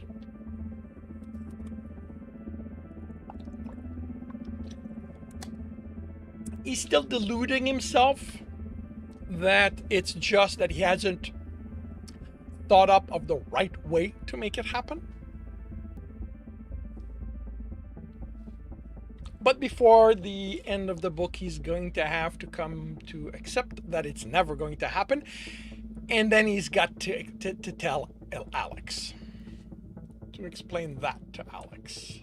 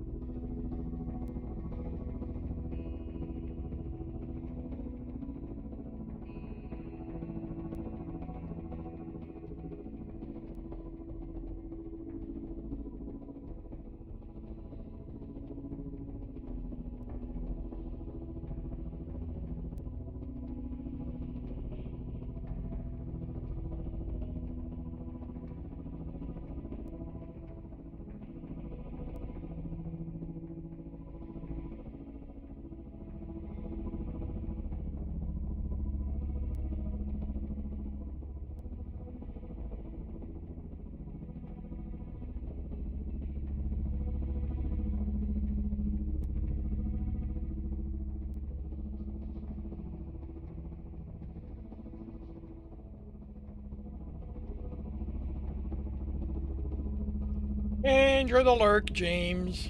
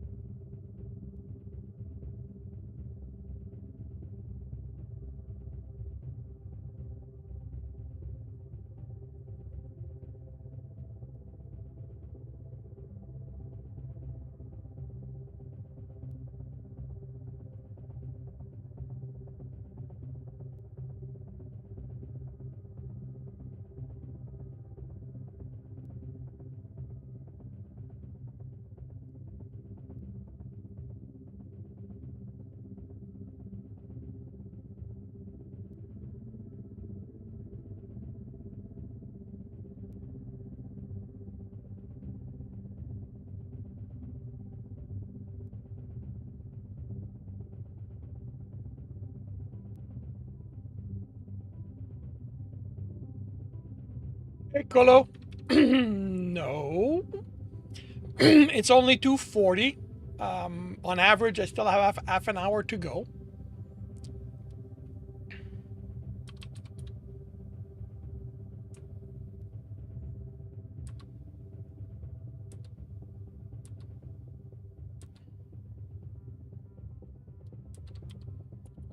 $3.15 is tends to be the average. Yesterday was a little earlier because I was tired.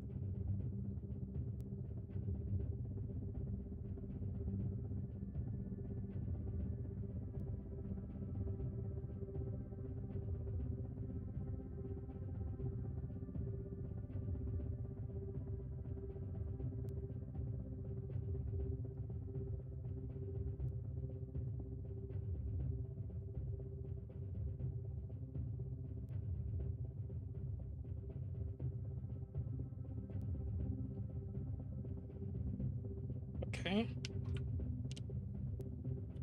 Oh, right. Because it's page 10.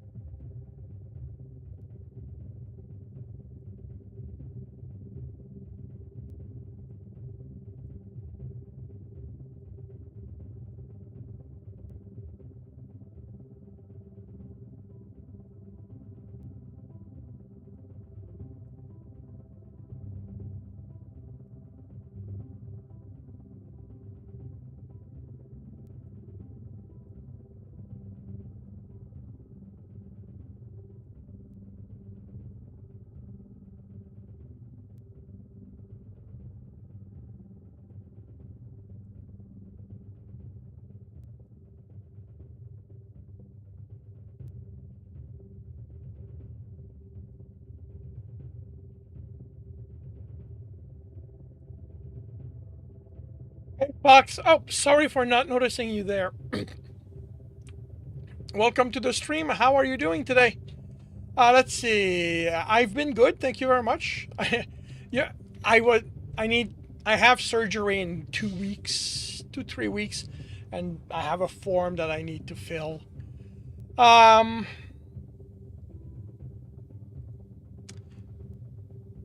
All right. Have yourself a good rest of your day.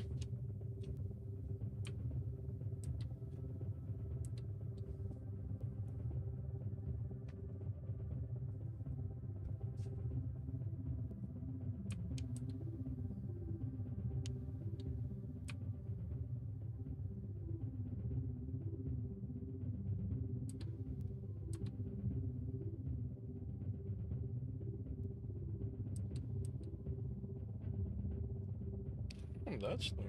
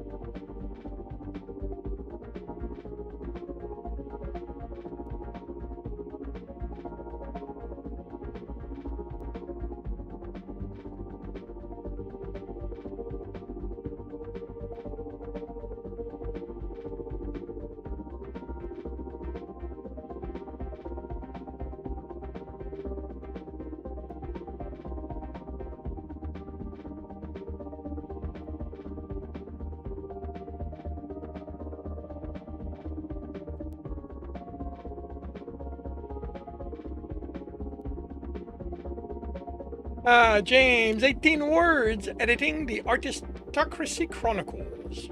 Congratulations.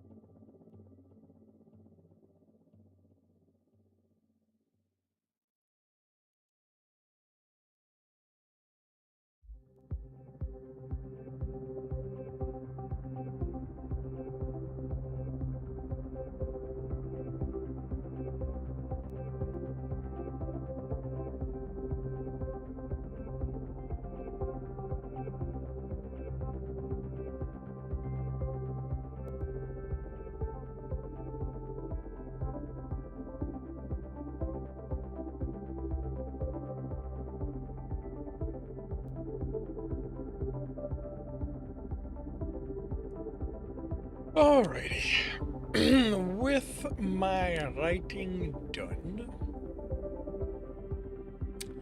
I will bring the stream to an end with a raid.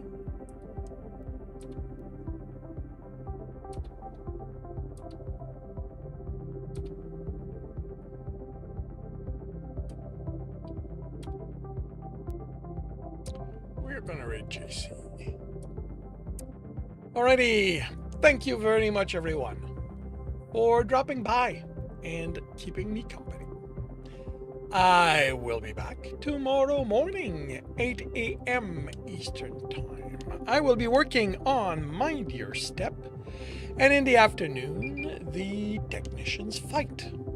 I hope to see you then.